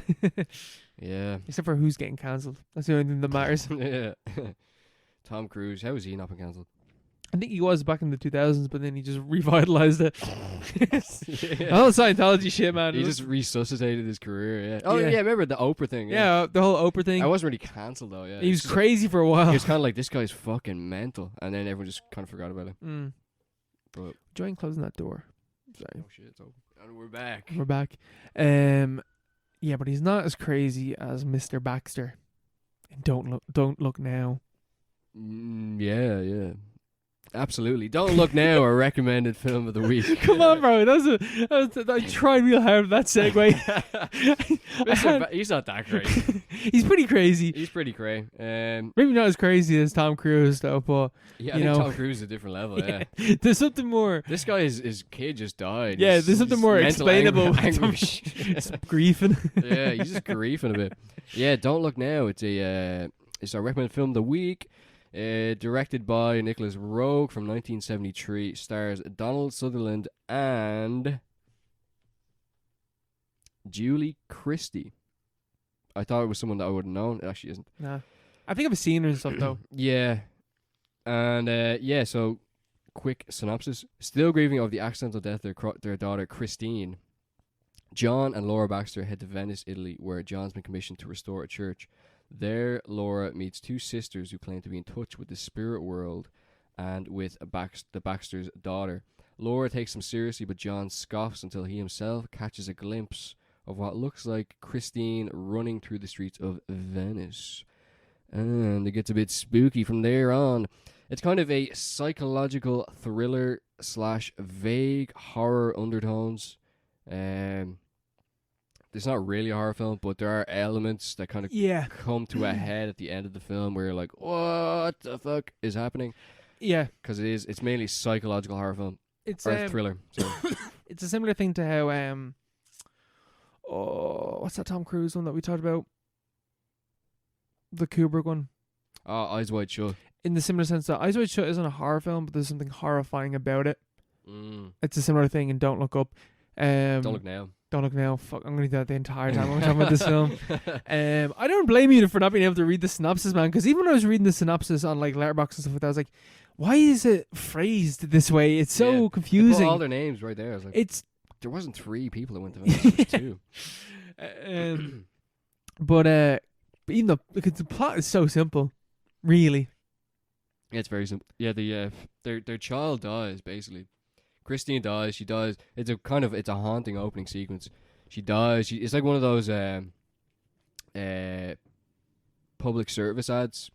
Man, you know the one where the car crash ads. Yeah. There was one with water as well, water safety ad, where it had like a Grim Reaper kind of character who haunted the lakes, It was all about like water safety and kids shouldn't be let alone Mm. around water, bodies of water and things like that.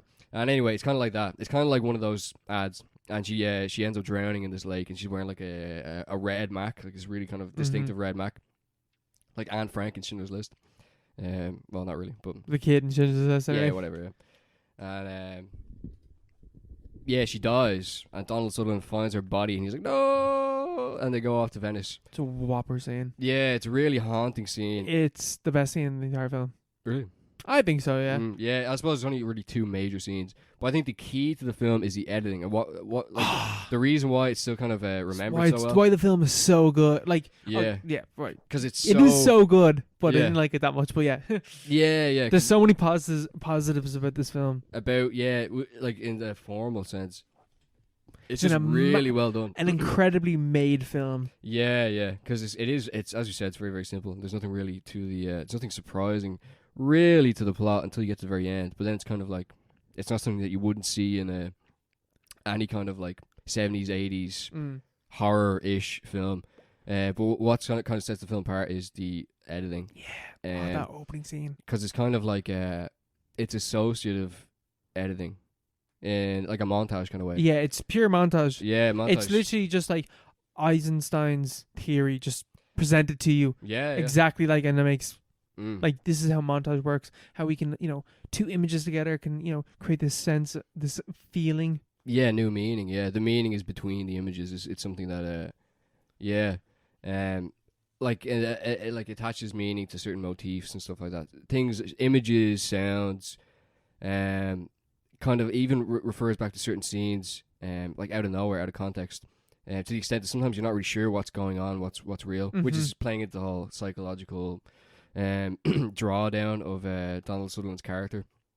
But it's using all those motifs to kind of build a kind of like, it's like subliminal sense of dread. Yes. It's like, it's not where there's something really wrong here, but I don't know what it is. Yeah, like you can build dread with lighting and music and all those things, which is what's usually done. But in this, it's like it's those things, but it's also what like sets it apart and makes it worth kind of like watching. I think is the fact that it uses montage and really smart editing to convey dread in a kind of like a third dimension. So like it's not, the film isn't just like it's kind of a straight linear story, but it's also not like some crazy kind of abstract art film. Yeah, it's just it's an interesting way to like to lay out. It's what's basically happening. a drama for the most part. It's a family drama with then really heavy psychological elements. Yeah, like because like the middle portion of it, nothing really horrifying happens, but then it's just to click up a few gears, and then we enter this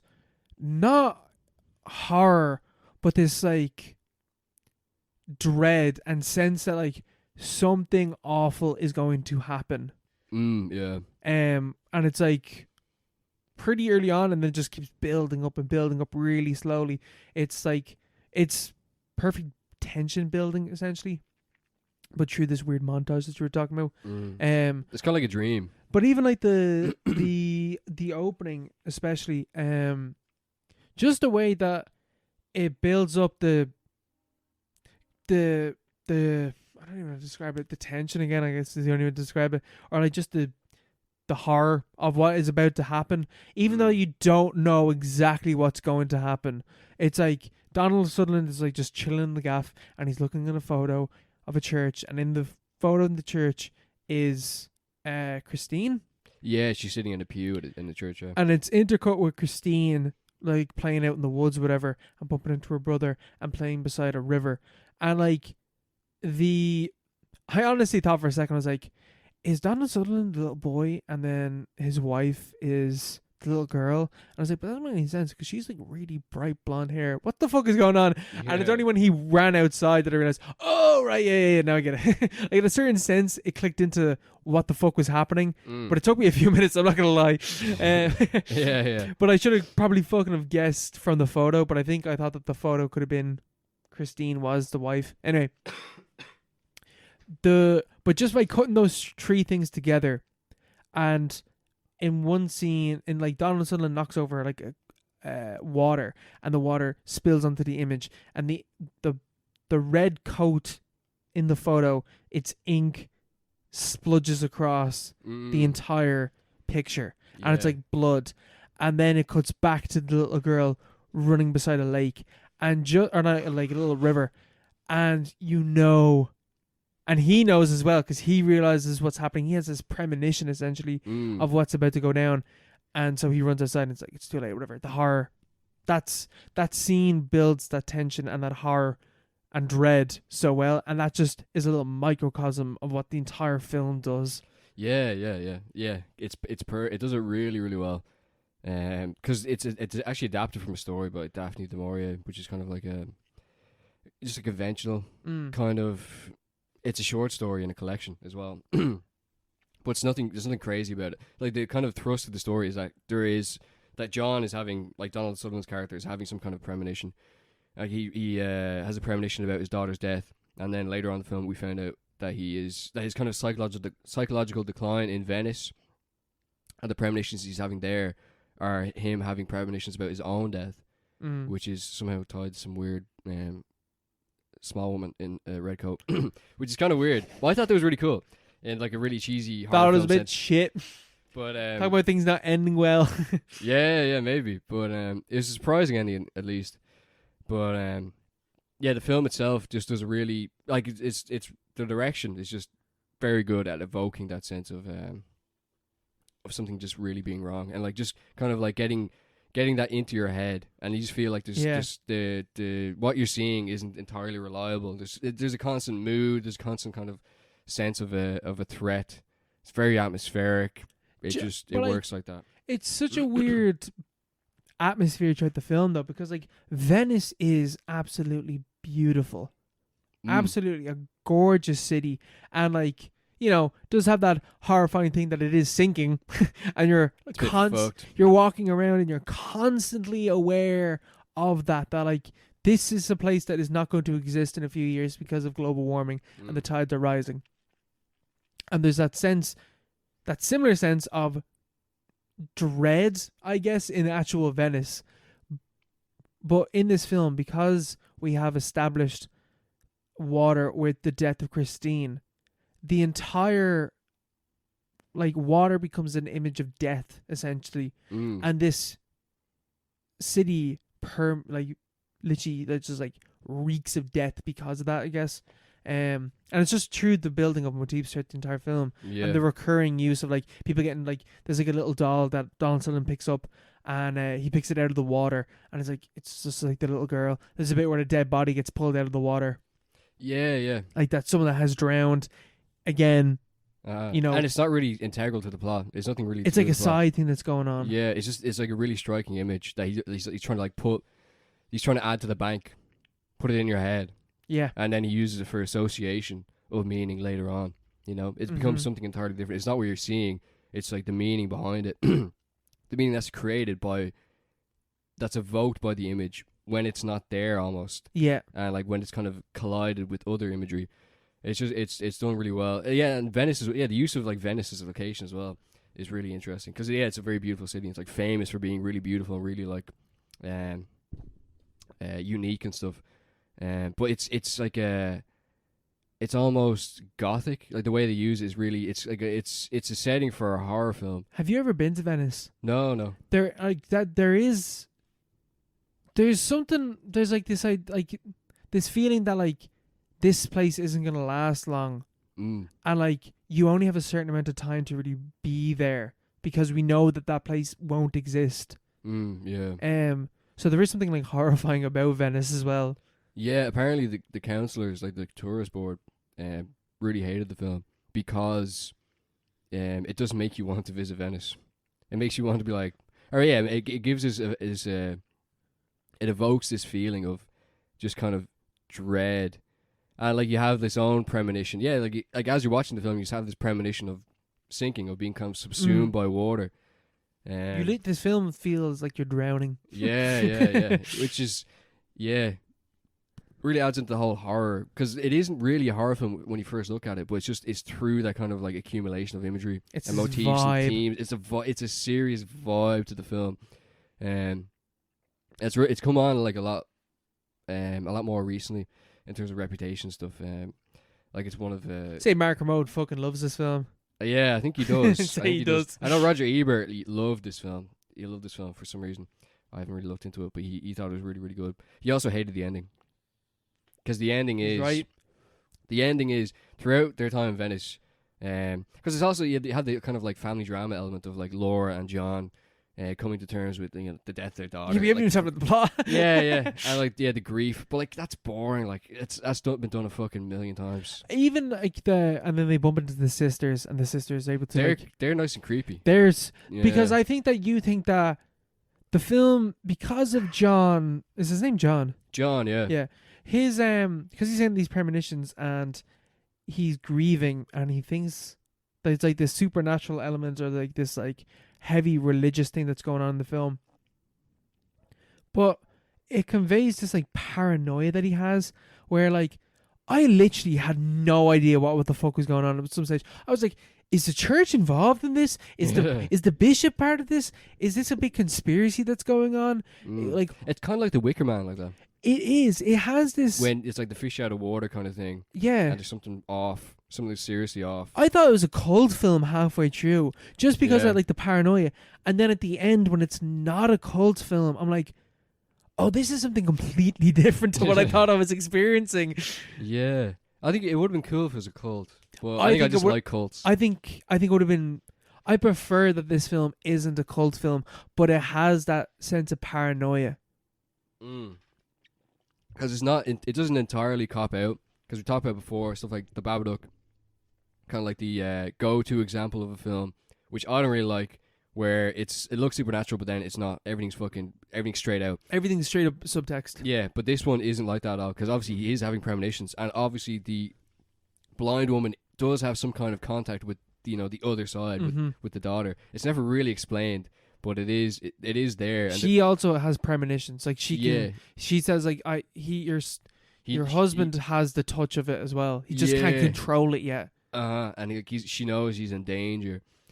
Just before the final scene, because John's constantly having premonitions of this little person, of basically Christine wandering around Venice.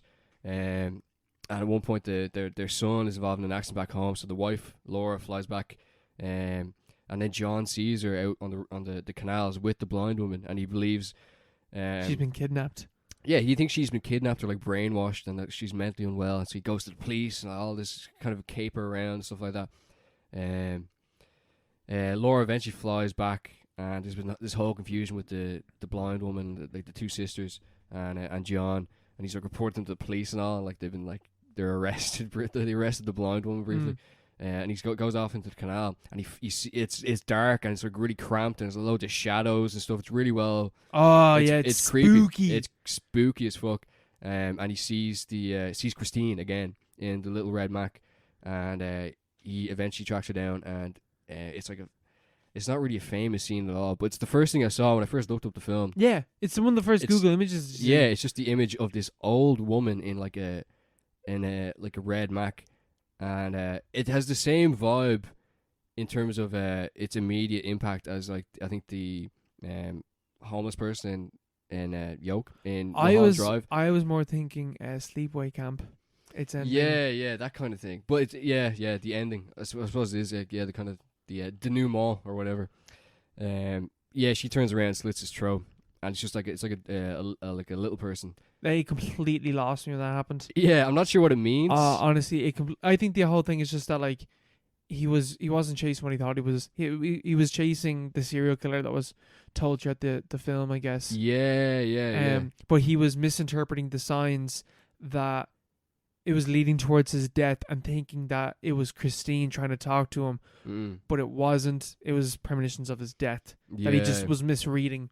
Oh yeah, he was having premonitions. The serial killer bit is probably is definitely the correct reading. But I just think catch that, actually. It like that reveal just didn't work for me. I kind of wish that they just cut her to like he runs into the room, cut.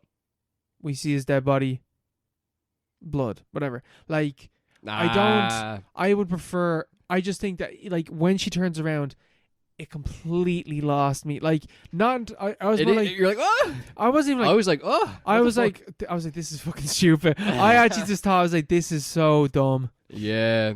I thought it was cool. Because I thought the rest of the film was so clever, but that reveal is just like, just not done well. Like, for me, I think it definitely does go pants on head for a second, but I think I can allow for that because it is. I think it's a clever kind of. You know, if you go back to the theory of montage, you know, you have... It was a bad reveal. You have the two opposites. You have the dialectical, you know, combination. So you have it's so clever, and then you have the ending. It's just like, what the fuck? I thought that is kind of cool. But say it doesn't really make a lot of sense. I'm not sure. Yeah, the serial killer thing, but I actually didn't catch on to that.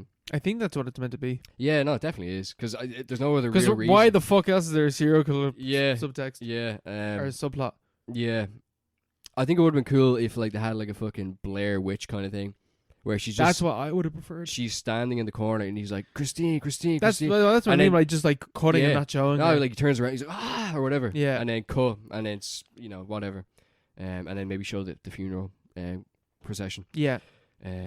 Which he had premonitioned previously in the film. But it is, I think it's an interest. The fact that we're talking about it, I think it's cool enough. No, it's just like... This is the kind of film where it could have just ended in like really, you know, boring way. I just like, it's one of those films like 2001, in a sense, where I can see people like really like studying this film for what it does, like mechanically, and like on a film making level. It's like one of the best films I've ever seen. Oh yeah, definitely. But the actual experience of watching it is kind of different. Because I think it is like, it's very slow and very meandering, and things don't have immediate like meaning until later on, and that's when things start to get good. But there is that use of montage that doesn't always work as well. Like the sex scene.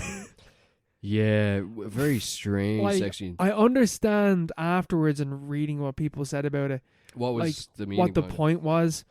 But the immediate feeling was just like, what the fuck is going on? And even like the headlock and stuff like that, it's like, what the fuck is going on? And that's... he kind of puts her in half of a headlock while they're having sex. Just this wild, freaky sex that they're having. It's hard to describe, but he reaches over her for no real reason and almost has her in a headlock. It's really weird. But then that's used as motif. Because that comes back up again. So it must have been deliberate. It wasn't just Sutherland improvising in the moment. But like in the moment, like I'm like, what the fuck is going on? You're not getting the... I don't know if that feeling was meant... Like the feeling that I had, I felt awkward. I think that use of montage conveyed the meaning that it was meant to. Yeah. Its meaning was something different. I was watching it on my own. I felt awkward. Same. I was like, I feel weird watching this. Which is not really how that should work, you know. But what was the meaning? What did you read? It's meant to be that they're completely like isolated and like completely alienated from each other, because of this like grief that they've gone through. That's why, because like that's why it's intercut. That's why it's intercut with them getting changed and like just like putting on their clothes and getting ready to leave like separately. That's why it does that. Okay. But I don't understand. Like I understand that, but the actual sex scene, like them fucking, looks terrible. It looks so goofy. It looks weird. It's uncomfortable. It looks physically uncomfortable. You're seeing way too much of their bodies. Yeah, well, mainly Donald Sutherland's body, because he's not like an aesthetically pleasing man. He's just a random guy. Weirdly shaped body. He's just a strangely shaped guy, but like, he's a great actor. Oh, he's an amazing actor. He's a fantastic actor. But it's like lingering on his body is like, are we supposed to be appreciating this? Is this thematically relevant? Yeah. I wasn't sure. I didn't really understand the whole sequence. But yeah, it was a weird kind of... It was very, again, it was very, controversial at the time. But yeah, it was a bit strange. I was thinking this would be a great film. You know the way if you're like reading a poem in English or whatever, or you're like watching a film in class in school, you'd be really into it, even if it wasn't that good. Yeah. You know? just because you're like really paying attention to it and you get to write about it and talk about it and stuff. Mhm. I think this would be an amazing film if you're watching it in school. Yeah, You'd be yeah. class, and everyone would be like, "That There's- was fucking whopper." There's so much to talk about this film. Yeah. But like, it is like kind of boring.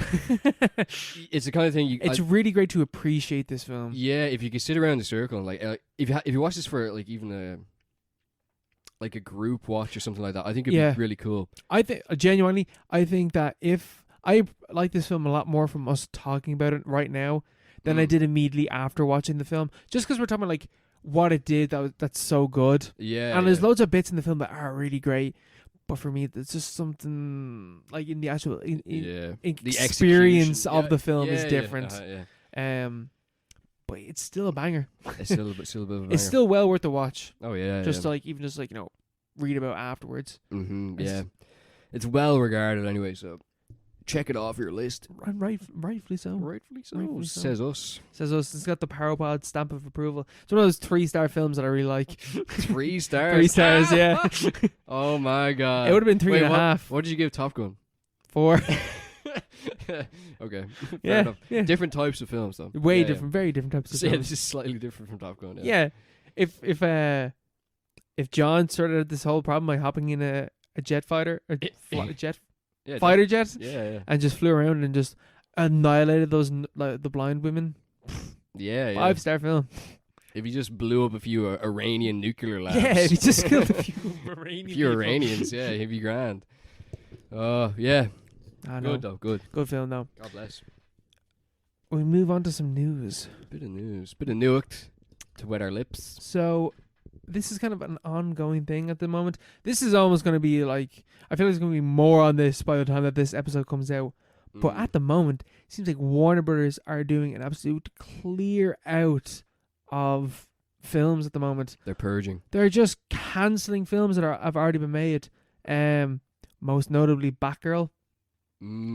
This film Is made. is done. made. It's done. It's in the can. It's in post production basically. This film is ready to go, and Warner Brothers are like, yeah, we're not even gonna release this on HBO Max. We're just keeping this film locked up. Yeah, and they're like, it's not that it's bad. It just doesn't fit our brand, We just don't want to release it, which doesn't really make any sense. which is like never happened before. Yeah, I don't. A film that is done, and they're not even gonna re-edit the film. This film is ready to go. Cost $90 million to make, and they don't even want to like even try and make money back from this thing. It cost a pretty penny. Yeah. Not even to throw it up on HBO Max. Yeah. Which like Disney Plus will just chuck things up onto Disney. Did I say Disney Plus twice there? Anyway, Disney will just chuck things up onto Disney Plus like 2 weeks after. At least they released Lightyear in cinemas first, and then just chucked it up onto Disney Plus 2 weeks later. At least they did that. Yeah, they gave us satisfaction. Yeah. But they didn't even. This thing isn't even getting onto HBO Max. What the fuck is on HBO Max? Yeah. Yeah, that's not even available here, is it? We can't even get it. Yeah. There is, like, I know that in America there's no way to watch this film, but even if they like exclusively release, you can't even pirate this film. Yeah, it's just lost. But I had like I had Michael Keaton as Batman. There's so many people in this movie. Yeah, I don't know who Leslie Grace is, to be fair. She's in I have a clue who that is. oh my god, In the Heights. She's in that. In the Heights. And you also have J.K. Simmons as Commissioner Gordon, which is pretty big. That's pretty big. Wild. You know, he's like those are two huge stars. This would have been her breakout thing. Yeah, that's exactly, yeah. I'd say she is fuming. But yeah. The film. Okay, so I'm just reading like a quote here from. I'm actually not sure what the website is. Apologies. I'm reading someone's work here. It's not my own words. I don't know who wrote it. I don't know what the website is. Yeah, because I just have screenshots. Oh, yeah. The film, made under a previous regime, was initially designed to be an HBO Max release, and then was being considered for theatrical distribution. Due to COVID issues and shutdowns, the budget ballooned to $90 million, and they are not releasing it. Yeah. They're not doing anything with it. And this isn't even the first. This is the first big one. There's a few that they're actually doing this to. Yeah, what are the others? They're gonna so there was a Scoob sequel. Ah, thank God. and has been cancelled by Warner Brothers. The film cost 40 million and they just cancelled it. 40 mil. They have lost 130 million so far from 2 films and they're not doing anything with them. And they're just cancelling content that's being made. Scoob 2 writer heartbroken over Warner Brothers scrapping film. I love all the puns. Holiday Haunt. Batgirl. This is from this is a headline from Discussing Film. Batgirl was initially cancelled so it could take a tax write-down. This was seen internally as the most financially sound way to recoup the costs compared to a HBO Max or theatrical release. So it would make them more money to cancel this film and just get the tax back or whatever from it. Oh, really? Oh, than okay. it is just to release the film. Yeah, that's such a fucking joke, though, isn't it? But the film's done. Yeah, the film is made, so just release it then. I suppose they wouldn't get the tax back. But then they can't get the cash back. Just release it next year. After the tax year. Yeah, then just it's like free. Slide it out. Then it's free money. Well, they probably will do that, won't they? This is They definitely will, because this is the best. Snyder Cut. Yeah, we need to release the. Well, I don't know who directed this. We just need to release Batgirl. Yeah, release Batgirl. This is great PR for the film, like, because people are like release Batgirl because because there's also quotes I read about how the cause of the kind of cancellation is pivot in production company strategy. They want like big tent pieces. Like the vibe that they're gonna. This thing does not fit the vibe that they want to produce. They want huge blockbusters, like event films, like the way Marvel has been are used to do it. You mean the way that Marvel has already oversaturated? And Yeah, now Warner Brothers are fucked by doing this. Yeah, Warner Brothers are seeing maybe they're seeing people don't want stuff like this. This is they are way too late with this. If they're unless Warner Brothers come up with the next big trend, if they're trying to make DC Marvel, have that make that same amount of money, you have gone way past it. You are way too late. You were too late when you made Justice League. You are way too late now. They're about 5 years behind They're every 10 trend. years behind now. Yeah, but so they wanted to pivot. Marvel Avengers, the Avengers Assemble, I'm pretty sure that came out 2012, 2013. 2012, yeah. That's 10 years ago. Yeah. That's when you needed to do it. They Justice League 2017 bombed, absolutely bombed, and now they're getting into this. And it's just they're fucking cutting their losses. They're like, this is not gonna happen. DC is dead. DC? Surely DC, DC films they need to move on. Are done. If you're even gonna try, maybe their whole thing is that we're just gonna cancel this and not do this at all. Because we're pumping a lot of money into this and none of it's making any money back. Oh, they made money off this apparently. Yeah, but by not releasing it. Yeah, but there's no other way to really do it because all their 10 pieces flop. But they're also doing it with Scoob and other franchises. If this was just DC, then I could see it. But it's 40 million on a Scooby-Doo sequel, and we're just gonna cancel it. To be fair, Scoob made nothing. Scoob bombed. What a terrible idea to begin with. Yeah, why would you have a sequel to a film that it cost nearly 100 million to make? It made 20 million. It was it's not considered dog shit. Yeah, it wasn't literal dog shit. It was scrapped. They scrapped the sequel. They scrappy dooed it.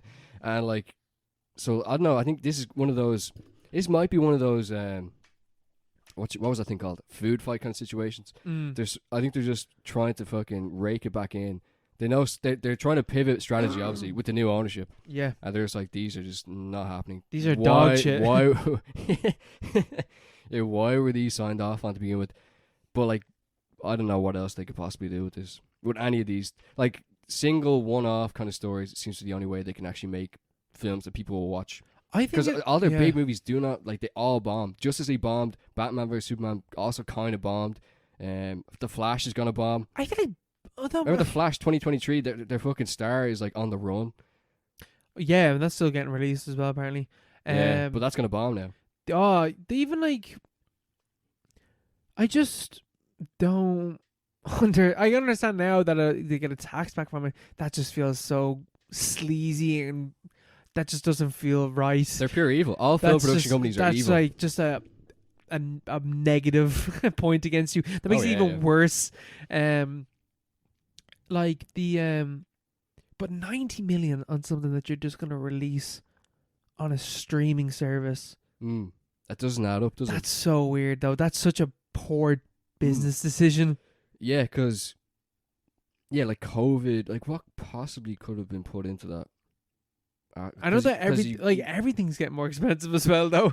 yeah, but 90 million, like for an episode of it, like like I think it was Game of Thrones, like the last season was like near enough $10 million an episode. Yeah, That's hours. That's 1 hour is like 10 million ish. I think that's why they cancelled, because it's like, this is, because Yeah. I don't know why. But then this is an hour and a half, 2 hours maybe, and it cost them 90 million. Yeah, because of delayed productions because of COVID and stuff like that. What does that have to do with, like, how is that triple the cost? Like, doesn't make any sense, does it? I think it does. Triple the cost.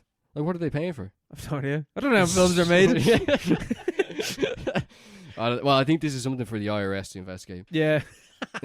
Get these bookers. Yeah, Jesus, like it just seems way off. But when did Warner Brothers become, like, did Warner Brothers not own DC the entire time? Yeah, they did. Yeah. Then why did they just get a new CEO or something?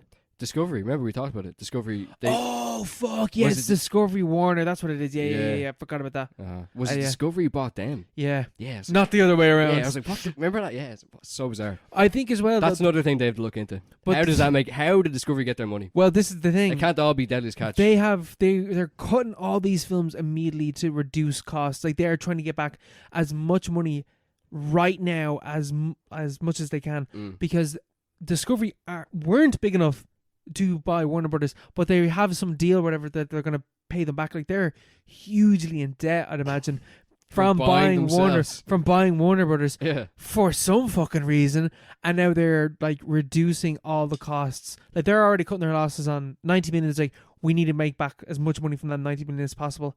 Releasing on streaming services, releasing in theaters does not make any sense. We're not going to make money off that. If we do the tax thing, we'll make more money. I imagine that that's what's caused all this. But just, why did you buy Warner Brothers in the first fucking place? There's something off. I think we need more research on this. I think we're close to cracking a case.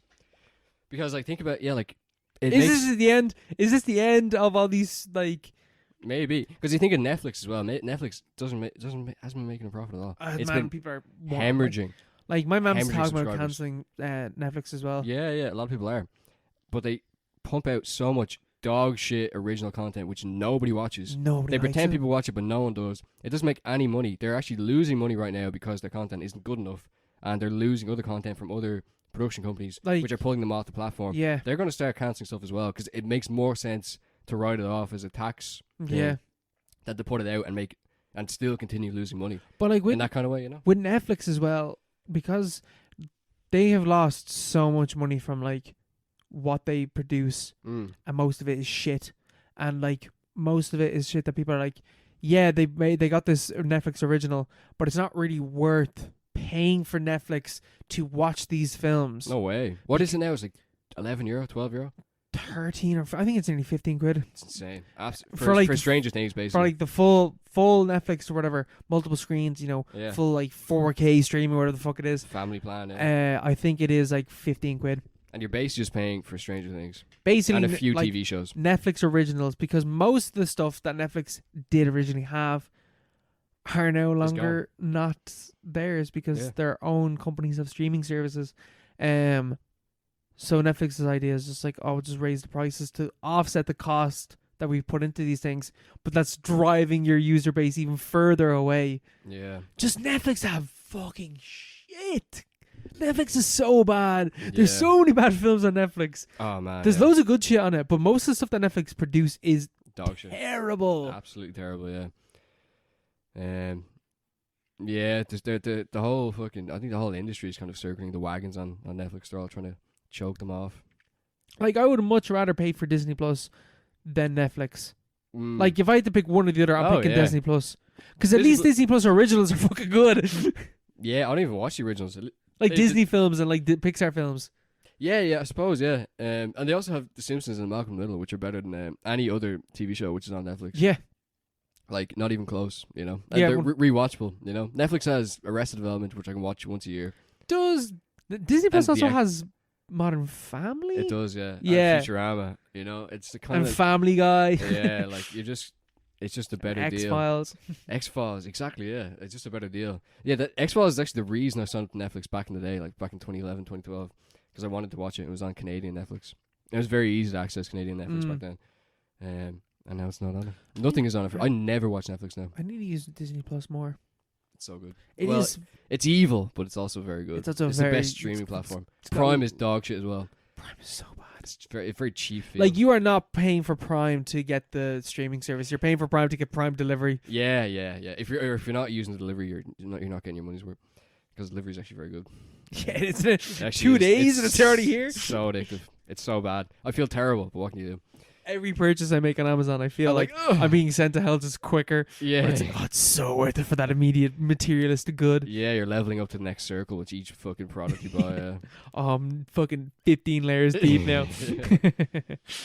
Will we move on to some listener questions? Absolutely. If you want to ask us a listener question, you can get to us at paro_pod on Twitter or on Instagram. You can also email us at theparopod@gmail.com. Oh, and what is our only question, perhaps? No, we got 2 questions here. We have 2 questions here. Okay. What is our first question? We are going to go for Neil's question. Okay, Neil is asking us, hottest male/female actor today?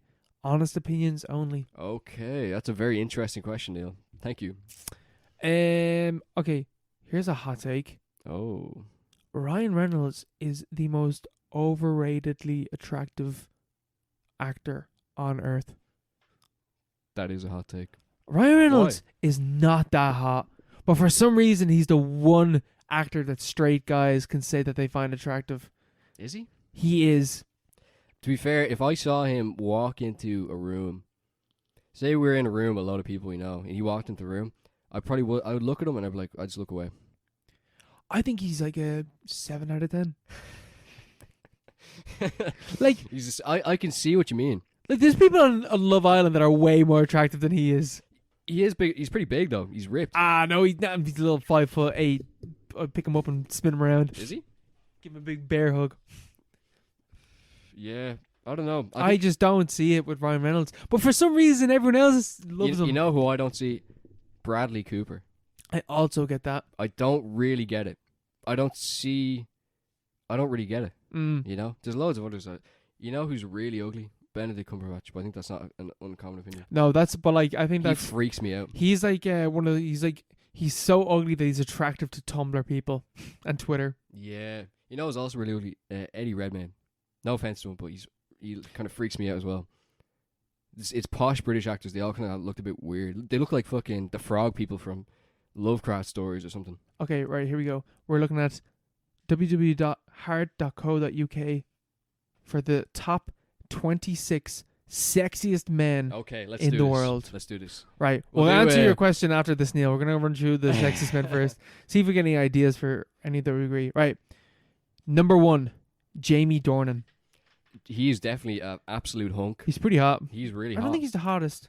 Idris Elba, also very hot. He's pretty hot, yeah. But he's just kind of like an action star. Henry Cavill. Nah, I don't see it. I see it, but I'm also like, he's definitely really weird in real life. Yeah. Where he kind of... He's been weird in real life. He'd offset it. He'd be like, you're a bit weird, man.